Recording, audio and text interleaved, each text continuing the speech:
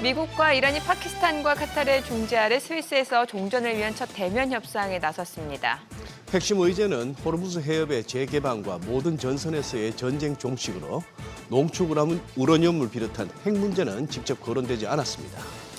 이란 국영방송은 이란 측 협상단이 80분 만에 회담장을 떠났다고 보도했는데요. 페제스키안 이란 대통령의 획권리 주장에 트럼프 대통령 협상 도중에 한 경고를 문제 삼았다는 설명입니다. 네, 이란 협상 대표단이 트럼프 대통령의 반발에 협상장을 떠난 뒤 아직 재개됐다는 소식은 없습니다. 다만 외교 소식통들은 협상이 교착 상태지만 결렬은 아니라고 보도하고 있습니다. 이란의 호르무즈 해협 재봉쇄 발표에도 미국은 해협 상황은 크게 달라지지 않았다고 밝힌 가운데 시장에는 어떤 영향을 미칠지 잠시 후 짚어보겠습니다. 또 더 많은 국내 주식 정보 받아보실 분들은 카카오톡 채널 머니랩 추가하시기 바라고요. 모든 투자 판단의 책임은 투자자분들께 있다는 점 알려드립니다. 그럼 글로벌 증시 상황부터 정리해볼까요? 최주연 아나운서 소식 전해주시죠. 역시나 미국과 이란의 평화가 오래가기는 쉽지 않은 것 같습니다. 지난주 내내 시장은 양국이 종전 양해각서에 서명했다는 사실에 일제히 환호했었는데요. 주말 사이 상황이 다시 뒤바뀌었습니다. 이란 측이 이스라엘의 레바논 공습을 문제 삼으면서 호르무즈 해협이 다시 닫히게 됐는데 오늘은 주말 사이 나온 뉴스를 정리해보면서 이번 주 투자 포인트까지 체크해보겠습니다. 우선 미국과 이란이 종전 양해각서를 예정보다 먼저 서명하면서 당초 19일로 예정되던 서명식이 날짜를 바꿔 후속 협상으로 변경이 됐는데요. 양측이 오늘 스위스에서 다시 대면 협상에 나섰습니다. 하지만 트럼프 대통령이 이란이 헤즈볼라를 통제하지 못하면 공습에 나설 수 있다고 경고하면서 회담은 80분 만에 정회된 것으로 알려졌습니다. 이렇게 후속 협상 시작부터 난항을 겪는 가운데 이란은 호르무즈 해협을 재봉쇄하겠다고 나섰는데요. 이 소식의 국제유가는 오늘 상승 전환할 것으로 예상이 됩니다. 이미 미국과 이란의 종전 양해각서 이행에 차질이 생길 것으로 보이면서 WTI는 금요일장에서 1.23% 올라갔고요. 브렌트유 역시 0.9% 상승했습니다. 실제로 금융 분석업체인 트레이딩 이코노믹스는 금요일 아침부터 호르무즈 해협 내에서 선박 운항이 둔화됐으며 페르시아만을 빠져나가는 선박은 관측되지 않았다고 전했는데요. 다만 미국 측은 이에 대해서 선박 통항은 이란 전쟁 전 수준을 유지하고 있다고 반박하기도 했습니다.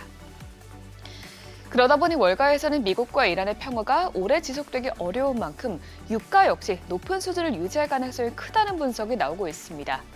BCA 리서치는 이번 합의가 완전한 평화협정은 아니라면서 유가가 다시 베를랑 60에서 70달러로 내려가기보다는 90에서 100달러 수준에서 움직일 가능성이 높다고 전망했습니다. 또 현재처럼 갈등이 이어질 경우에는 올해 말이나 내년에 이란과의 군사 충돌이 재발할 확률을 60%로 제시하면서 이는 다시 시장 변동성을 키울 수 있다고 경고했습니다. 또 여기에 공급 차질이 해소되는 데 상당한 시간이 걸리고 재고 비축 수요도 여전한 만큼 유가가 여기서 더 크게 하락하기는 쉽지 않을 것이라는 분석 역시 함께 나오고 있습니다. 다만 미국과 이란 간 협상이 완전히 결렬된 것은 아니라는 점은 중요해 보입니다. 양측은 강경한 발언을 주고받고 있지만 여전히 협상 테이블에는 앉아 있는데요. 특히 트럼프 대통령이 경제 충격에 민감한 데다가 미국 내 정치적 부담도 커지고 있는 만큼 전문가들은 양측이 다시 전면전으로 치닫기보다는 협상을 이어갈 가능성에 무게를 두고 있습니다. 결국 지금은 헤드라인을 일희일비하기보다는 실제 호르무즈 해협 통항 상황과 또 협상 진전 여부를 지켜보는 것이 더욱더 중요해 보입니다.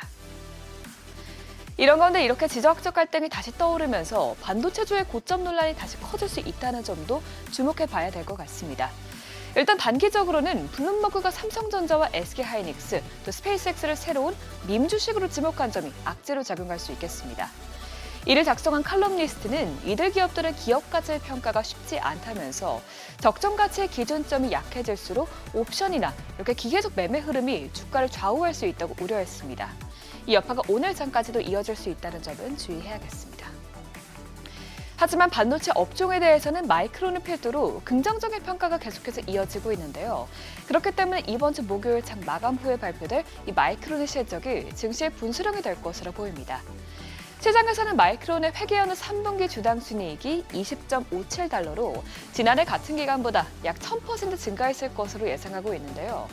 여기에 이를 뛰어넘는 어닝 서프라이즈가 나올 가능성도 높게 점쳐지고 있습니다. 이에 대해서 모닝스타는 AI 메모리 공급 부족으로 메모리 가격이 급등하면서 이 늘어난 매출 대부분이 순이익으로 이어지고 있다면서 마이크론의 성장세가 놀라운 수준이라고 평가했습니다. 특히 마이크론은 삼성전자와 SK하이닉스의 HBM과 D램 업황을 미리 가늠해 볼 수 있는 선행지표 역할을 하고 있는 만큼 이번 실적 개선의 수익성뿐만 아니라 다음 분기 가이던스가 무엇보다도 중요해 보입니다.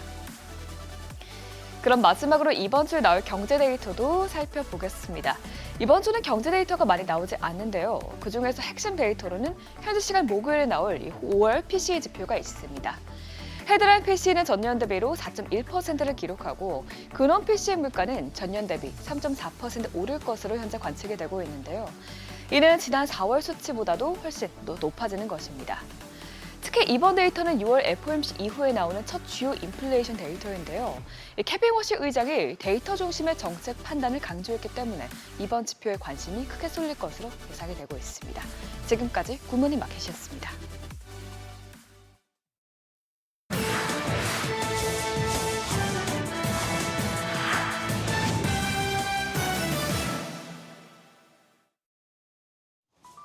외시 주목한 주요 이슈들 짚어보겠습니다. 우리 기업 소식부터 살펴보죠. 현대차그룹이 보스턴 다이내믹스 지분 100%를 품을 걸로 보입니다. 소프트뱅크가 들고 있는 지분 9.65%를 우리 돈 약 5천억 원에 인수하는 방안을 들여다보고 있는데 거래가 마무리되면 정의선 회장과 계열사가 지분 전량을 보유하는 완전 자회사 구조가 짜여지게 됩니다. 휴머노이드 시장이 올라오면서 보스턴 다이내믹스는 현대차 히든카드로 부상했습니다. 업계는 이번 거래를 회사의 나스닥 상장에 앞서 시장에 매기는 첫 가격, 이른바 프리-IPO 가격 결정 과정으로 보고 있는데 현재 기업 가치는 약 30조 원에 육박해 현대차가 4년 전 소프트뱅크로부터 지분 80%를 사올 당시와 비교하면 24배 넘게 뛰었고요. 일각에선 적정 몸값으로 100조 원 이상을 추산할 만큼 큰 관심을 받고 있습니다. 또 보스턴 다이내믹스 지분 가치가 정의선 회장의 그룹 지배력 강화의 상속 재원 마련과도 맞물려 있기도 한 만큼 시장은 이번 이슈를 특히 더 주목하고 있습니다. 인공지능 대부로 불리는 인물이죠. 얀 르쿤이 머스크의 XAI를 실패작이라고 혹평해 눈길을 끌고 있습니다. 핵심 인재들의 출퇴사로 막대한 영업 손실을 겪으면서 경쟁사의 데이터 센터 인프라를 빌려주는 처지로 전락했다 고집었고요. 비단 XAI 한 곳만의 문제가 아니라 업계 전반의 수익성 문제에도 날을 세웠습니다. AI 기업들이 천문학적인 서비스 운영 비용을 낮추지 못한 채 투자자들의 돈으로 적자를 버티고 있는 현실도 강도 높게 비판하면서 선도 기업들조차 당장 수익 구조를 개선하지 않으면 머지않아 거대한 거품이 폭발할 것이라고 단언했고요. 업계는 AI 수익화가 지연돼 투자 랠리가 식을 경우에 하드웨어 공급망 최전선에 있는 반도체 업계가 직격탄을 맞을 수 있다 우려하고 있습니다. 이런 XAI를 품고 있는 스페이스X 관련 소식도 보죠. 전례 없는 사이즈의 기업 공개로 데뷔와 동시에 연일 이슈몰이를 하고 있는데 상장을 하루 앞둔 날 세계 최대 지수 업체인 MSCI로부터 ESG 평가 최하위 등급인 CCC를 부여받은 걸로 알려져 눈길을 끌고 있습니다. 해당 평가는 환경, 사회, 지배구조 등 3개 축을 10개의 주제로 세분화해 기업의 산업별 노출도와 관리 수준을 평가해 등급을 부여하는데 스페이스X가 받은 CCC 등급은 앞서 우크라이나 침공 이후 러시아에 부여된 등급과 같은 만큼 심각한 수준입니다. 특히나 머스크 한 사람에 집중된 지배구조 문제를 우려하는 시각이 많은데 앞서 덴마크 연기금은 같은 이유로 스페이스X에 투자하지 않겠다 발을 빼기도 했고요.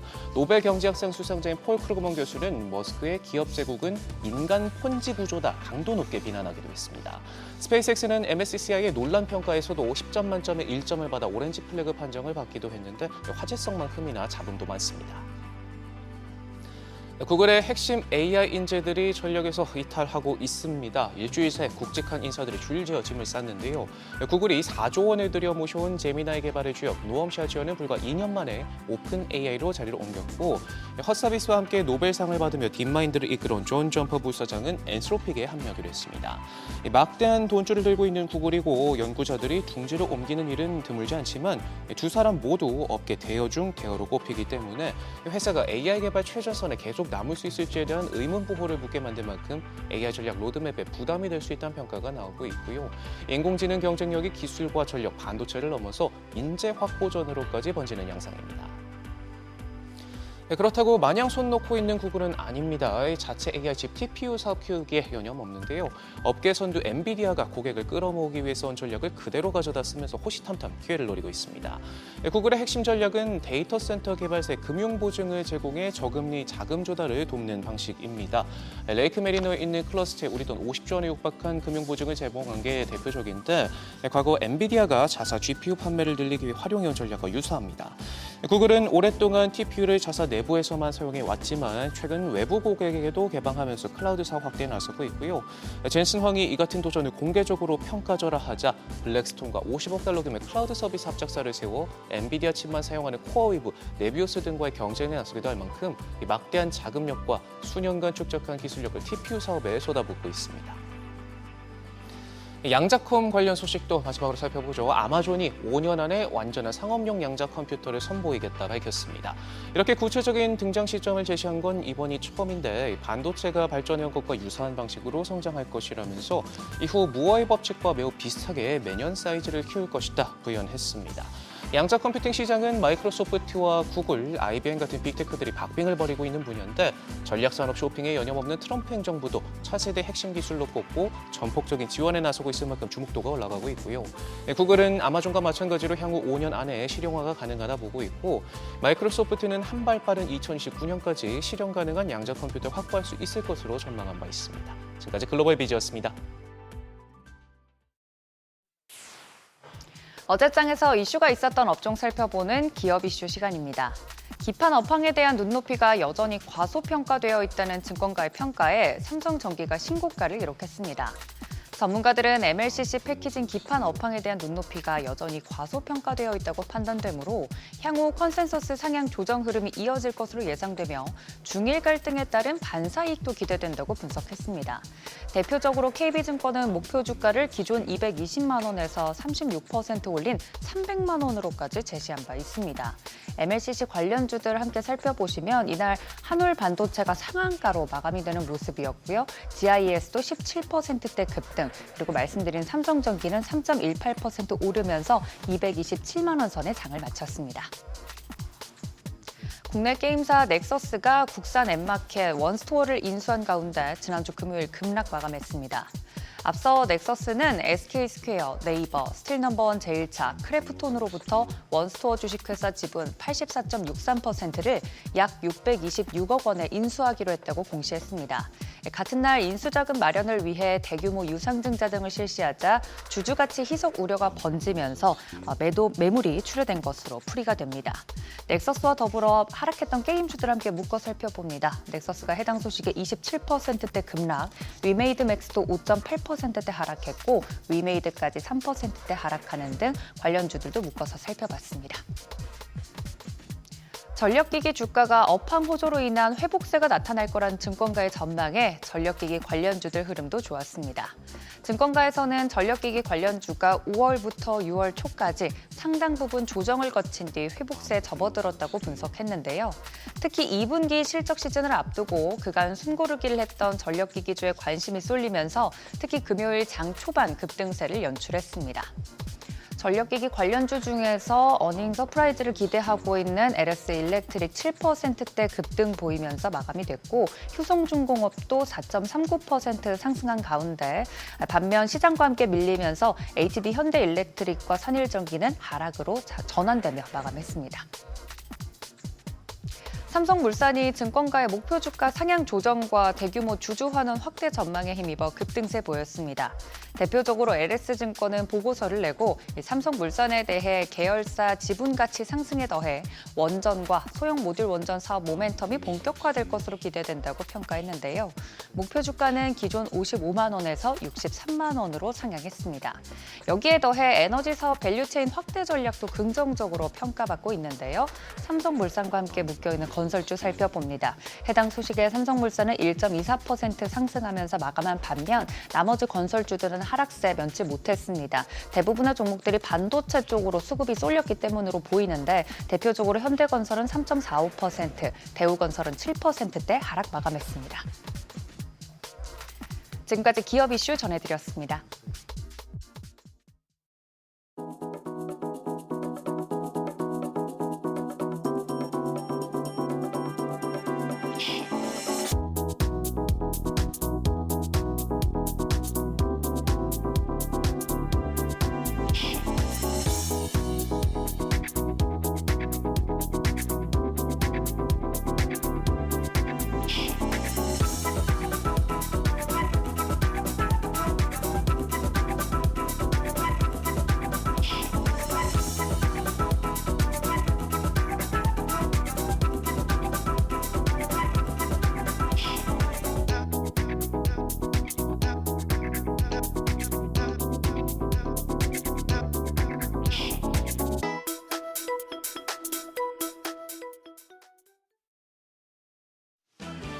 지난주 마지막 거래일 코스피 약간 변동성이 확대됐지만 9,000피는 사수했습니다. 지난 한 주간 코스피는 11.43% 상승해 G20 주요국 대표지수 가운데 1위를 차지했습니다. 반면 코스닥 지수는 같은 기간 6% 넘게 하락하며 낙폭이 가장 컸습니다. 코스피와 코스닥 따로 가는 극과 극의 장세, 쏠림 현상은 언제쯤 해소될까요? 전 거래일 복귀하면서 오늘장 투자 포인트 확인하겠습니다. 코스피 약보합 정도로 마무리됐고 코스닥은 3.4% 하락해 이틀 연속 3%대 약세를 기록했습니다. 코스피 장 초반엔 분위기가 좋았습니다. 코스피와 코스닥 지수 흐름 체크하시죠. 앞서 뉴욕 증시에서 반도체주가 좋았다 보니 삼성전자와 SK하이닉스가 급등하며 코스피 9,385선까지도 올랐었는데요. 다만 장중에 미국과 이란 서명식 연기 소식이 전해지며 투심이 급격하게 위축됐습니다. 우리가 쉬는 사이에 미국과 이란 첫 회담이 순탄치 않게 전개됐기 때문에 해당 리스크는 오늘까지도 이어질 것으로 보입니다. 한편 코스닥은 내내 위축된 분위기였습니다. 유가증권 시장에서 메이저 수급 주체 모두 팔아냈습니다. 외국인이 3,600억 원 가까이 순매도했고 기관 1조 2,244억 원 매도 우위 기록했습니다. 최근 4거래일 동안 국민연금이 강하게 팔아내고 있는데 국내 주식 리밸런싱 유예 종료를 앞두고 조금씩 매도하며 부담을 분산시키고 있다는 분석이 나옵니다. 한편 개인 투자자는 1조 6천억 원 넘게 순매수했습니다. 코스닥에선 외국인 지수 950포인트 아래에서 적극적으로 매수하면서 물량을 받아냈습니다. 5천억 원 가까이 순매수했고요. 기관은 6천억 원 가까이 팔아냈고 개인 750억 원 매수 우위 기록했습니다. 코스피 시총상위 10개 종목을 보면 삼성전자가 2.3% 하락했고 SK하이닉스는 상승폭을 줄이면서 2.9% 상승으로 마감했습니다. 시총 1위를 지켜온 삼성전자가 2위 SK하이닉스의 시총 기준으로 95.2%까지 따라잡히며 지각 변동이 나타날지 주목되고 있습니다. 한편 현대차와 삼성생명 등 다른 대형주들이 상승하며 지수를 지지했습니다. 코스닥 시총상위 10개 종목 중 리노공업만 유일하게 상승불 켰습니다. 0.3% 올랐고 주성 엔지니어링 9% 넘게 하락하면서 10위권 내에서 낙폭이 가장 컸습니다. 이어서 알테오젠과 레인보 로보틱스, 코오롱 티슈진, 원익 IPS 등이 4% 넘게 하락했습니다. 환율은 약보합을 기록했습니다. 정기장 마감 시간 달러 기준 1,527원을 기록했습니다. 이후 야간 거래에서는 1,530원 돌파했었고 역외 환율 다시 1,527원 80전 기록했는데요. 오늘 환율 1,530원대 부근에서 출발할 것으로 예상됩니다. 이번 주 국내 증시 사상 최고치를 다시 한번 경신할 수 있을까요? 미국과 이란 간 협상이 이어지고 있고 메모리 반도체 업황의 풍행영향 역할을 하는 마이크론 실적 발표가 예정돼 있어서 이번 주도 바쁘게 이벤트 확인하셔야겠는데요. 목요일이 중요합니다. 마이크론 테크놀로지 실적이 나옵니다. 이달 초 브로드컴의 실적 실망감에 반도체 섹터가 크게 흔들렸고 분위기가 수습된 뒤에 다시 시작된 랠리가 동력을 유지할 수 있을지 실적 발표에 달려 있습니다. 그리고 미국의 5월 PC 물가지수가 발표됩니다. 케빈 허시 연준 의장이 점도표에 대한 불신을 공개적으로 드러낸 만큼 물가 지표에 대한 시장 민감도가 보다 높아질 것으로 예상됩니다. 오늘은 이번 달 20일까지 우리나라 수출입 집계가 나오고 중국 인민은행이 사실상 기준금리 역할을 하는 대출 우대금리 LPR을 결정합니다. 한편 전 거래 시간의 거래에서는 탈모 치료제 관련주 그리고 피지컬 AI 관련주 일부 종목들이 상승하는 모습이었습니다. 그럼 오늘장 어떻게 전개될지 프리마켓 상황 보시면서 가늠해 보시죠. 미국과 이란 협상 테이블에 앉았지만 협상이 파행됐기 때문에 지정 확정인 리스크는 여전히 존재하는 상황입니다. 아직 협상이 완전히 결렬된 건 아니라 해당 뉴스에 따라서 시장 민감하게 반응할 수 있겠는데요. 일단 유가증권 시장 지금 SK하이닉스와 SK스퀘어만 상승세 보여주고 있습니다. 시총 1위부터 6위까지 보시면 삼성전자 1.3% 약세 이어집니다. 거래가 35만 원, SK하이닉스가 0.4% 강세로 277만 4천 원이고요. SK스퀘어가 4.9% 상승합니다. 186만 7천 원. 반면 삼성전기 0.9% 약세로 225만 원대 거래되고 있고요. 현대차가 1.8% 반락하면서 60만 2천 원. 삼성생명도 1.3% 하락합니다. 1.4% 약세로 49만 원 선에서 거래되고 있습니다. 코스닥 시총 1위부터 6위까지도 보시죠. 알테오젠 약세가 이어집니다. 0.9% 내림세로 35만 500원. 에코프로비엠과 에코프로는 반등합니다. 에코프로비엠이 0.3% 오름세로 16만 9,900원, 에코프로도 0.9% 가까이 오르면서 11만 7,100원대 거래되고 있고요. 레인보 로보틱스가 1% 반등하며 59만 6천원, 반면 원익 IPS가 2.4% 약세로 15만 2,200원이고 리노공업이 1.2% 하락합니다. 9만 1,500원에 거래되고 있습니다. 9,000피를 지켜내고 있는 국내 증시, 오늘 다시 반등기를 모색해 볼 수 있을지 시장 흐름 지켜보시죠. 지금까지 어제장 오늘장이었습니다.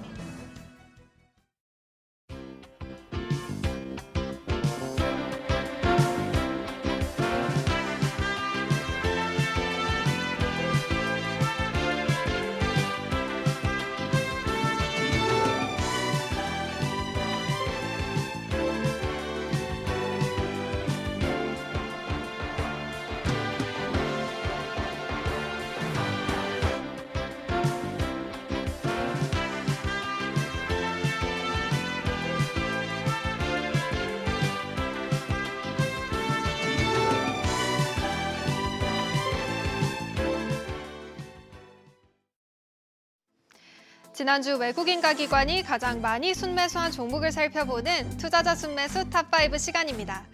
올해 들어 총 116조 원 넘게 순매도하며 한국 시장을 빠져나간 외국인이 지난주에는 매수 우위를 기록했습니다. 2조 5천억 원 넘게 순매수하며 지수 상승에 힘을 보탰는데요. 외국인 자금은 반도체와 조선주로 집중됐습니다. 순위권에는 삼성전기, SK하이닉스, 한화오션, 한미반도체, HD현대중공업이 이름을 올렸습니다. 반면 삼성전자와 SK스퀘어에는 차익 실현 매물이 나왔습니다.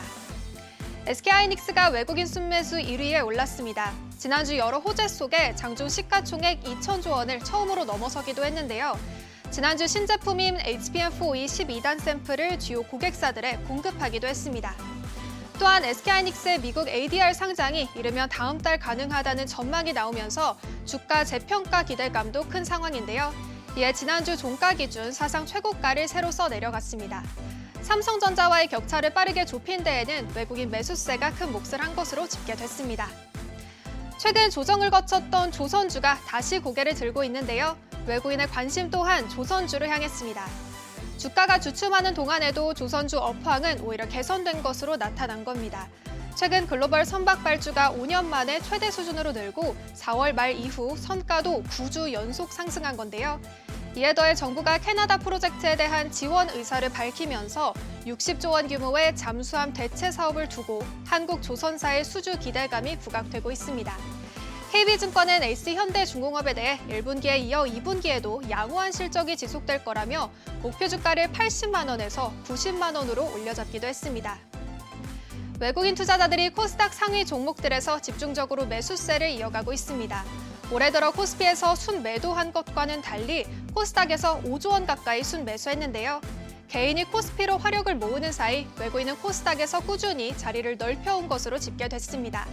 그중 반도체 소부장단이 큰 비중을 차지했는데요. 지난주 외국인 순매수 상위권에도 테스, 이오테크닉스, ISC, 솔브레인 이 5개 종목 중 4종목이 반도체 소부장주였고요. 2차전지 에코프로도 이름을 올렸습니다. 코스닥 내 국내 소부장 기업들의 주가 상승이 두드러지면서 기존 시장을 이끌었던 바이오주들을 제치고 소부장이 새로운 주도주로 급부상하고 있습니다. AI 투자 확대가 메모리 업체들의 설비 투자로 이어질 거란 기대감이 커진 영향인데요. 특히 테스와 같은 전공정 장비 업체들의 수혜 기대감이 커지고 있습니다. 글로벌 투자은행 UBS는 파운드리 업체들의 신규 팹 가동으로 전공정 장비 수요가 증가하고 있다고 분석했는데요. 이에 반도체 장비주들이 장기 슈퍼사이클에 진입할 수 있다는 관측이 나오고 있습니다. 기관 투자가들의 장바구니도 살펴보시죠. 기관은 대형주 위주로 담았는데 순위권에는 SK그룹주 3곳이 이름을 올렸습니다. SK하이닉스, SK스퀘어, SK가 올랐고요. 또 그 외에는 삼성전자와 대한항공이 이름을 올렸습니다. 반면 외국인 순매수 상위권에 자리했던 한미반도체와 삼성전기에는 매도 물량이 쏟아졌습니다. SK스퀘어가 기관 순매수 3위에 올랐습니다. 주가가 이달에만 40% 뛰면서 최고가 행진을 이어가고 있는데요. SK하이닉스의 지분 가치가 크게 뛴 데다 주주 환원 확대 기대감이 맞물린 결과로 분석됩니다. 특히 기관 매수세가 집중된 배경에는 SK하이닉스를 더 담고 싶은 기관 투자가들이 해당 기업의 지분 20%를 보유한 SK스퀘어를 현실적인 대안투자처로 삼았다는 설명입니다. 마지막으로 코스닥에서의 기관 선택도 보겠습니다. 반도체와 바이오주를 담았는데 순위권에는 HPSP, D&D파마텍, 서진시스템, 제주반도체 그리고 올릭스가 올라왔습니다. D&D파마텍이 기관 순매수 2위에 올랐습니다. 회사는 지난주 대사이상 관련 지방간염 치료제 임상에서 의미 있는 성과를 거둔 것으로 확인됐는데요. 또한 LG AI연구원과의 신약 공동 개발 소식에 기대감이 커진 것으로 분석됩니다. 지금까지 투자자 순매수 탑5 시간이었습니다.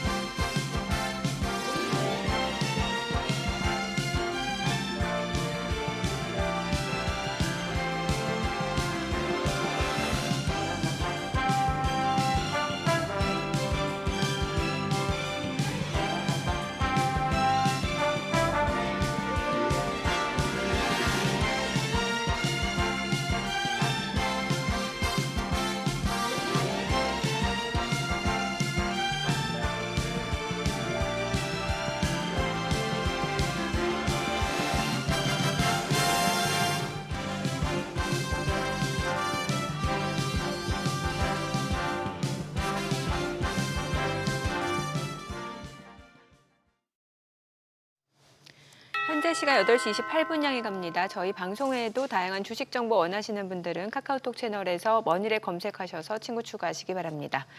지금 다시 한번 이제 미국과 이란 협상과 관련해서 지금 속보들이 나오고 있는데 일단 유가 같은 경우는 원유 선물 가격 좀 올라가고 있는 상황이고 글쎄요. 계속해서 불확실성이 이어지고 있는 상황에서 또 이번 주 마이크론 실적 발표도 앞두고 있는 모습이죠. 네, 그렇죠. 예. 지난 금요일 날 미국이 준틴스데이 네, 준틴스데이. 노예 해방의 예. 날 기념한다는 그런 날이었죠. 그래서 뭐 휴장하고 지금 약간 또 프리장은 약간 이렇게 조심스럽게 주간 첫 거래를 시작할 것 같은데 미국 집 선물 좀 약하게 시작하고 있고 이란 뉴스 정리되세요, 정민 앵커? 아니요, 좀 헷갈려요. 뭐 호르무즈 해협도 뭐 폐쇄했다고 했다가 또 트럼프 대통령은 진짜 네. 폐쇄하면은 네. 뭐 이란으로 못 돌아갈지도 모른다 뭐 이런 얘기도 나오고 아, 글쎄요. 예. 진짜 그 시시각각 바뀌죠. 그 이란 뉴스 관련해서 뭐 영상을 만들거나 뭐 방송국에서 뉴스를 올리더라도 자막에다가 자막 처리를 해줬으면 좋겠어요. 몇 월 며칠 몇 시 그죠? 진짜 시간별로 예. 왔다 갔다 하니까. 예, 뭐가 최신 뉴스인지 헷갈리죠. 그렇죠. 예. 자, 오늘은 누가 오셨나요? 오랜만에 모셨습니다. 테이바 네. 투자자문 강승희 대표님 함께합니다. 어서 오세요. 안녕하세요. 어서 오세요, 강 대표님. 아니, 저희가 아는 강성희 대표님 맞습니까? 혹시 쌍둥이 동생? 염색밖에 안 했어요. 안경테 바꾸고 염색 바꾸고 아니요, 머리도 조금 더 헤어스타일 예. 좀 길게 바꾸고. 오, 네. 그래요. 예. 예. 우리한테 뭐 패널로도 진행자로도 익숙한 우리 강성희 대표님 모처럼 나와주셨는데 아유, 변화된 모습에 깜짝 놀랐습니다. 감사합니다. 예. 아니 저기 오늘은 준비하신 내용이 보니까 SK 하이닉스를 비롯해서 반도체 중심으로 좀 진단을 해주실 것 같은데. 반도체도 반도체고 일단은 저는 어쨌든 잘 아시다시피 제가 약간 파생 쪽 그다음에 예, 여러 가지 예. 상품들 쪽에 예. 관심이 많잖아요. 예. 그런 쪽에 일을 했었고 그래서 SK 하이닉스가 굉장히 상승을 많이 했고 이랬을 때 왜 이렇게 올랐냐는 너무 이제 여러분들이 얘기를 하셔서 다 네. 너무 잘 아시잖아요. 이제는 모든 국민들 전체가 다 SK 하이닉스가 왜 오르고 왜 내리고 다 아시는 것 같아요. 네. 그죠? 어. 그래서 첫 번째로 보통 얘기했던 게 이제 뭐 지금까지는 시클리칼이었는데 시클리칼이 아니어서 더 올라갈 수 있다. 이렇게 얘기하시는 분들이 되게 많고. 예. 그렇죠? 그다음에 이제 두 번째는 SK 하이닉스 같은 경우도 결국은 이제 큰 기업들, 구글, 뭐 엔비디아 이런 기타 나머지 하이퍼스케일러들이 전부 다 반도체가 필요하다. 그래서 계속적으로 증자를 하고 있고 그다음에 채권도 발행하면서 계속 투자할 걸 하고 있기 때문에 기본적으로 반도체는 끝나지 않을 것이다. 그 두 가지가 제일 핵심적으로 많이 올라오고 있잖아요. 네. 현재 다 아시는 얘기고. 근데 이제 그 뒤에 또 어떤 얘기가 있냐면 이제 레버리지 ETF들이 네. 나왔고 그다음에 선물도 굉장히 급증을 했어요. 그다음에 이제 홍콩에서 먼저 상장됐던 레버리지 ETF 같은 경우랑 한국에서 상장된 레버리지 ETF가 구조가 좀 달라요. 똑같이 그래요? 레버리지지만. 그래요? 그리고 그것들이 나오면서 또 글로벌하게 특히 우리나라를 향해서 나오는 새로운 상품들이 또 있어요. ELS들 원래 많이 아셨잖아요. 근데 요즘 이제 ELS 주식이 너무 잘 가니까 ELS 아무나 안 하잖아요. 근데 최근 들어서 또 ELS가 각광을 받기 시작을 했더라고요. 청약률이 200%가 넘어서 이제 자기가 청약을 했는데 50%밖에 못 받고 30%밖에 못 받아요. 네. 근데 그런 이유들이 다 연동이 돼서 오히려 하이닉스를 더 끌어올리는 그런 상황이 되고 있어서 그런 부분들을 좀 말씀을 드리려고 합니다. 네. 그러면 이제 가장 사실 투자자 입장에서 관심 있는 거는 이제 삼성전자, SK하이닉스 이 가격, 주가 흐름에 대해서일 것 같은데 이걸 세 가지 구조로 나눠서 좀 분석을 해보신다면서요. 그 세 가지가 이제 예. 제가 아까 말씀드린 첫 번째는 이제 시클리칼이냐, 시클리칼이 그거. 아니냐. 예. 그다음에 두 번째가 이제 하이퍼스케일러들이 계속 저렇게 채권 발행하고 계속 돈을 빨아들여서 그걸 가지고 계속 사는 거. 네. 이게 계속 될 거냐. 예. 그다음에 세 번째가 저 레버리지 상품들 어떻게 될 거냐. 끝이. 네. 이 세 가지로 나눠서 이제 말씀을 드리려고 하는 거죠. 오케이. 그래요. 예, 예. 일단 하나씩. 그 세 가지 뭘 짚어주실지는 말씀을 하셨고. 네. 강 대표님 요즘 분위기 아시죠 시장에. 첫째 이제 지겹다. 반도체 안 갖고 계신 분들 이게 시장이냐. 네. 저 코스피만 간다는 게 또 코스피라고 해서 코스피가 다 가느냐. 코스닥은 이게 뭐냐. 뭐 이런 이제 얘기가 있고. 그다음 삼성전자를 갖고 있어도 포모가 온다. 하이닉스가 더 잘 갔어. 네. 하이닉스 갖고 계신 분도 포모가 온다. 레버리지를 못했어. 이런 황당한 소리가 들립니다. 네, 맞습니다. 황당한 소리가 들리는데 그럼 첫 번째 이게 시클리컬이냐 네. 아니냐 어떻게 보세요 그러면? 시클리컬이 아닐 가능성이 점점 높아지고 있다고 높아지고 생각을 있다. 합니다. 이제 그 이유가 이제 D램 같은 경우는 시클리컬이었는데 네. 기본적으로 HBM이 나왔잖아요. 네. 그랬는데 HBM으로 막 포커스가 되면서 하이닉스만 가다가 D램도 괜찮대. 왜냐하면 뭐 이제 피지컬 AI 나오면서 그다음에 추론형 나오면서 D램도 필요하대 이러면서 갑자기 삼성전자가 날아갔고 그다음에 그랬더니 이제 HBM도 더 필요하대 이러면서 결국은 하이퍼스케일러들이 너무 채권을 계속 찍잖아요. 근데 돈이 필요하니까 찍을 거 아니에요. 예. 그러니까 그걸 가지고 뭘 할 거야? 그러면은 단순히 생각해도 반도체 살 거 아니야. 이거잖아요. 데이터 센터 질 거잖아. 그러니까 당연히 계속 올라가야 되죠.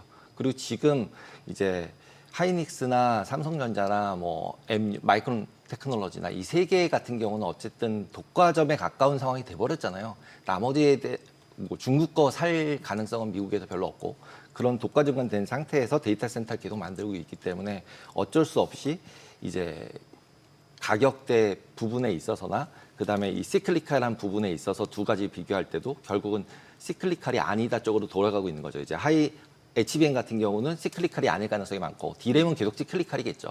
하지만 결국 HBM이 나옴으로써 두 개를 믹스했잖아요. 예. 그러면 이제 이쪽이랑 예를 들면 구글이나 이런 건 이제 20배 이상으로 받아주고 있고 PER 기준으로 보면. 근데 시클리칼이라고 생각했던 마이크론이나 하이닉스나 이제 뭐 삼성전자 같은 경우는 다 5에서 10 사이 정도를 계속적 그 포워드 가이던스로 봤을 때 이제 뭐 가이던스를 주는 데마다 차이가 좀 있긴 하지만 5에서 10 사이 그다음에 나머지는 20 이상 이렇게 갔는데 이제 이걸 위로 올리겠다는 거잖아요. 그러니까 PER이라는 건 멀티플이라는 건 그냥 시장 참여자들이 정하면 그냥 정하는 거잖아요. 네, 그러니까 그러면 이제 그게 좀 바뀌어가고 있다라는 거는 인정할 수밖에 없다라고 보시는 게 맞을 것 같습니다. 아까 말씀하신 세 가지 구조에서 어떻게 보면 첫 번째 이게 삼성전자나 하이닉스 같은 반도체 산업이 시클리컬이냐 아니냐 하는 거하고 두 번째 말씀하셨던 하이퍼스케일러의 대규모 투자가 계속 이어질 수 있을 것이냐는 어떻게 보면 같은 얘기네요. 비슷한 얘기라고 비슷한- 볼 수도 있지만 예. 하이퍼스케일러들 같은 경우는 여기는 이제 AI 경쟁이잖아요. 네. 예.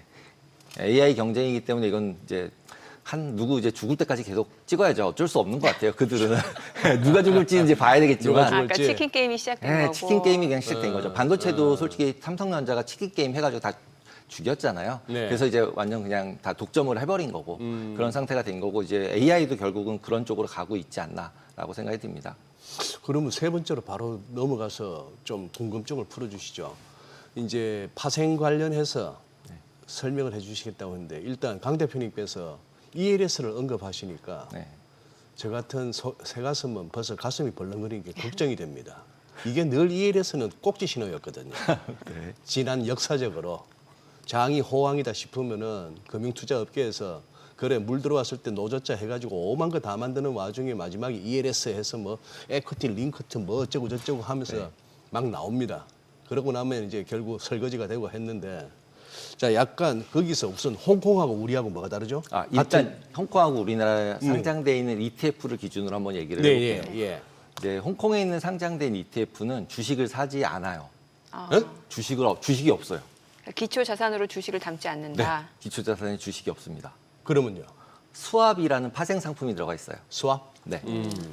우리나라 ETF는 주식하고 선물하고가 들어가 있어요. 예. 네. 그래서 우리나라 선물 미결제 약정 같은 경우도 실제로 ETF가 상장되고 나서 굉장히 급증을 했어요. 네. 그럴 수밖에 없겠죠, 당연히. 예, 예. ETF 레버리지를 사니까 레버리지를 산 이제 개인들은 레버리지 샀다. 끝이지만 그걸 운용하는 운용사의 입장에서 생각해 보면 결국은 선물을 사는 거죠. 다른 그렇죠. 방법이 우리나라에는 네. 없으니까. 삼성전자와 하이닉스 개별 주식 선물을 샀다. 네. 그래서 네. 개별 선물이 네. 이미 거의 40조까지 올랐어요. 아. 미결제 약정이. 네네. 그러면은 한 달마다 선물을 다음 월물로 갈아타는데 40조씩이 넘어가야 돼요. 예. 그러니까 잘못해서 이제 만기일날 뭐 세만여의 날 이런 거 있잖아요. 예. 그렇게 돼서 만기일날 이거 다 ton진다. 그럼 40조가 종가에 다 ton져야 돼요.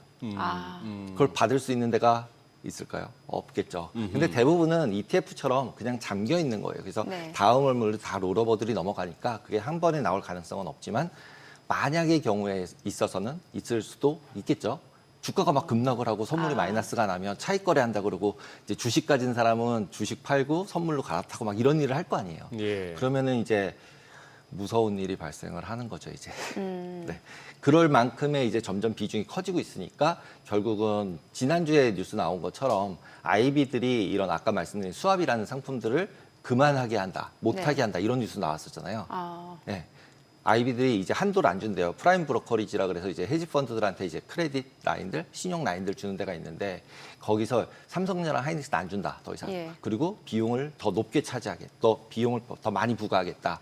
왜냐하면 유동성 대비로 파생 포지션이 너무 커졌다. 네네. 이쪽으로 포커스를 하고 있거든요, 지금. 예. 그런 이유가 지금 만들어진 레버리 ETF가 생각보다 되게 커졌어요. 지금 홍콩에 상장 있는 레버리 ETF는 단일 종목에 대한 ETF로 전 세계 1등이에요. AUM 자체가 이미. 예. 네. 그래서 그 부분에 있어서도 수압이라고 아까 말씀을 드렸는데 그 수압도 우리나라랑 다른 부분이 있어요. 그 수압이란 거는 아시다시피 이제 나는 널 뭘 줄게 그럼 넌 나한테 이자 줘 이거잖아요. 예. 그러면은 지금 그 수압 카운터 파티들이 누군가 하면 우리가 다 아는 뭐 바클레이즈, JP 모간 뭐 이런 데들이에요. 다 네, IB들, 네, 네. 글로벌 IB들. 네. 그래놓고 프라임 브로커에서 이제 수압 우리 안 해줄래라고 얘기한 데들도 걔네들이에요. 그러니까 너무 포지션이 커진 거예요. 예, 너무 포지션이 커진 상태인데 특히 홍콩에 있는 ETF 같은 경우는 다른 조건이 들어있어요. 그 수압 안에. 네. 그러니까 하이닉스가 하한가를 맞으면 어떻게 될까요? 하이닉스가 하한가를 맞는다고 지금 우리는 전혀 생각할 수 없지만 네. 만약에 하한가 30%를 맞았어요. 그러면 레버리 ETF가 어떻게 될 것 같으세요? 60%가 깨지죠? 60%. 예. 60%가 깨졌어요. 근데 레버리지 ETF에 대한 문제점 중에 하나가 뭐냐면 주가가 빠지면 리밸런싱이라는 걸 하면서 기초 자산을 팔아야 돼요. 비중을 줄여야 돼요. 내려간 만큼. 그래야 똑같이 하루짜리로 움직여야 되니까. 네. 그 얘기는 뭐냐면 레버리 ETF가 많아지면 많아질수록 주가가 빠지면 매도 물량이 출회되는 상태가 레버리 ETF 자체에서도 나와요. 그렇죠? 그러니까 주가 하락이 더 가속화될 수 더 있다는 가속화되는 거예요. 거죠. 그다음에 선물 같은 경우도 마찬가지예요. 미결제 약정이 약간 많다고 말씀을 드렸잖아요. 예. 40조 거래량이 엄청 큰 예. 부분을 차지하고 있는데 주가가 선물이 마이너스가 나요. 네. 그러니까 그 이론가보다 낮게 거래가 되면 예. 무슨 일을 하죠? 주식을 팔죠. 그리고 선물을 사겠죠. 차익 거래하는 사람들. 그러면 사주는 사람이 별로 없을 때 이런 일이 일어났다. 그러면 주가가 하한가가 갈 수도 있죠. 네, 그냥 펀더멘탈과 아무 상관이 없이. 그렇죠, 펀더멘탈과 그렇죠. 상관없이. 상관없이. 과거에 아르케고스 사태나 LTCM은 조금 이제 주식하고는 다르지만 아르케고스 사태, 그다음에 FTX 예. 코인 망할 때도 맨 마지막에는 차익 거래 돌아가듯이 레버리지가 걸렸을 때 완전히 폭락을 해버렸거든요. 그러면 지금 나오고 있는 상품들 ETF, 레버리지 ETF, 그다음에 선물, 그다음에 또 ELS도 다시 나왔다 그랬잖아요. 예. ELS 같은 경우도 지금 쿠폰, 그러니까 ELS에 대한 이자 몇 %쯤 줄 것 같으세요? 어느 정도 줍니까? 전혀 지금 예상. 그냥 대충 ELS 그러면 몇 % 정도 기대하세요? 두 자릿수는 줘야 되는 거 두 아닙니까? 자릿수 주는 거죠. 두 예, 자릿수라는 게 예. 이제 뭐 몇 %? 대충 생각나는 거 말씀해 주시면 뭐 한 15%. 한 15, 16? 그렇죠. 응. 지금 47% 줍니다. 47%, 48% 줘요. 냄새 연율로. 냄새 난다. 그죠? 그다음에 냄새나. 낙힌이 뭔지도 아시잖아요. 예. 이제 그러니까 얼마 이상 떨어지지만 않으면 내가 이 47% 줄게. 그것도 이제는 55%만 안 빠지면 60%만 안 빠지면 돼요. 아, 네, 지금 가격에서 60%만 안 빠지면 47% 줄게. 연율로. 굉장히 매력적이지 않으세요? 매력적. 그렇죠, 그렇죠. 네, 그렇게 지금 들으면. 거기다 주가도 많이 올랐잖아요. 예. 여기서 그리고 25%만 안 빠지면 그냥 3개월 있다 바로 줄게. 12%. 그러니까 47%는 게 연율이니까 예, 예. 3개월 뒤에 12% 그냥 112를 3개월 뒤에 25%만 안 빠지면 줄게. 그리고 1년 동안에 60%만 안 빠지면 원금도 보장이야. 그리고 그 다음에도 이 47%도 줄 거야. 라고 하면 확률이 굉장히 높아 보이지 않으세요? 그래서 지금 기초 고쿠폰 네. ELS라고 돼 있는 네. 거네요. 그러니까 저런 것들이 지난주에 이제 거래가 됐고 청약을 했던 건데 저도 살려고 했는데 못 샀어요. 좀 그럼 청약을 그러니까 했는데 투자자 입장에서는 그런 거잖아. 이게 설마 하이닉스 주가가 지금보다 60% 이상 빠지겠어? 라는 네. 생각을 하면 충분히 매력적으로 보일 수 매력적이죠. 있는. 네. 그리고 주가가 이렇게 많이 올랐는데 더 올라갈까? 여기서 계속 올라갈 거다 그러면 주식 사는 게 낫죠. 예, 예, 예. 근데 계속 올라갈 것 같지 않다. 너무 많이 오르지 않았나? 이런 사람에게 저런 걸 보여주면 거기다 연율로 47이랬는데 예, 예. 굉장히 혹하지 않으세요? 그렇죠, 그렇죠. 혹하죠. 매력적으로 보여요. 네, 매력적으로 보이죠. 예, 예. 저런 상품들이 나왔을 때 또 뒤에서 어떤 일이 일어나냐라고 생각을 해보면 또 하이닉스를 사요. 저거를 우리가 사잖아요. 네. 우리가 사면 뒤에 있는 저걸 해지하는 카운터파티들, 그런 네. 은행들, 증권사들은 하이닉스 주식을 또 사요. 그러니까 주식 사는 수요가 계속적으로 증가하는 거죠. 그 다음에 ELS, 그 ETF 같은 경우도 레버리지 ETF를 실제로 발행을 했잖아요. 그리고 예. 우리가 계속 사잖아요, 개인들이. 그러면은 무슨 일이 발생을 해요? 뒤에서는 주식 한 번만 사면 될 일을 선물을 사게 되죠. 선물이라는 게 어렵게 얘기하면 뭐 이론가 뭐 이런 거 있지만 단순하게 그냥 대출 받아 사는 거예요. 예, 예. 그랬을 때 뭐 비용을 갖다 거기다 넣어서 가격으로 매겼을 뿐이지 단순하게 생각하면 선물. 그럼 아 내가 은행 가서 대출을 받아서 하이닉스 주식을 산 거랑 똑같다라고 예, 예. 보시면 되거든요. 예. 그러면은 결국은 하이닉스를 사는 세력이 원래 펀더멘탈하고 상관없이 사는 물량들이 엄청 많아졌죠. 네네. 예. 레버리지 ETF, ELS가 또 나와요. 예. 거기다가 레버리지 ETF를 했더니 수압이라는 거래요. 그럼 수압이라는 걸 해도 뒤에 가서는 또 주식을 사야 돼요. 결국은. 그 물량들이 지금 다 들어왔기 때문에 변동성도 굉장히 커졌고 솔직히 요즘 보면은 코스피 지수가 이렇게 잡주스럽지 않으세요? 어떻게 보이세요? 그렇죠. 잡주도 변동폭이 워낙 잡주도 크니까. 보통 잡주가 아니죠. 그죠? 예. 처음 보는 것 같아요. 저도 한 30년 동안 이걸 하면서 와 이건 이렇게 한국 주식이 돈을 많이 버는 것도 처음 봤고 회사가 네네. 돈을 많이 버는 것도 처음 봤고 이렇게 변동성이 심한 것도 처음 봤고 이게 지수가 이렇게 움직이는 것도 처음 보는 것 같아요. 네. 그러면은 이 상황을 어떻게 판단해야 되냐라고 생각을 해보면 결국은 펀더멘탈리 아까 말씀드렸듯이 돈을 이렇게 많이 벌어본 적이 없어서 그래요.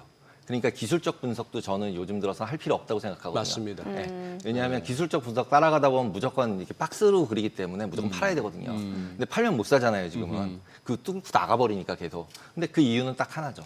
돈을 너무 잘 버니까. 그러니 뭐 분기에 100조씩 벌고 막 이러는 회사가 두 개가 생긴 거잖아요. 네. 그러니까 그쪽으로 볼 수는 없기 때문에 제가 아까 말씀드린 펀더멘탈한 부분을 볼 수밖에 없다. 저도 이제 파생 쪽에 있었던 사람이기 때문에 어쩔 수 없이 약간 기술적 분석이나 뭐 이런 걸 더 좋아하는데 네. 결론적으로 지금의 상황은 그런 걸 볼 시기는 아니다. 진짜로 돈을 못 버냐 버냐가 가장 중요한 시기다. 근데 거기에 그렇게 되다 보니까 이제 우리가 본 적이 없으니까 사지 못하는 거죠. 그러다 네. 보니까 레버리지를 원하는 사람들이 계속적으로 생기는 거죠. 어쩔 수 없이. 그러니까 지금도 조금 아까 뉴스에서 이제 SK스퀘어 사잖아요. 네네. 하이닉스를 못 사니까 그거 저평가됐다고 생각하는데 하이닉스를 예. 더 사고 싶은데 못 사니까 SK스퀘어를 사서 끌어올린다고 얘기를 하시잖아요. 네. 그러니까 그게 결국은 이제 펀드나 이런 것들이 룰 베이스로 움직이다 보니까 네. 룰 안에서 하다 보면은 결국은 살 수 있는데 못 사니까 하는 거고, 헤지 펀드나 이런 데들은 실질적으로 파생으로 레버리지를 풀로 걸고 있을 수 있고, 그 얘기는 결국은 빠졌을 때 빠지는 상황이 어떤 일이 발생할지 모르겠어요. 예. 이제 지금 뭐 다들 얘기하는 거는 이제 금리가 올라간다.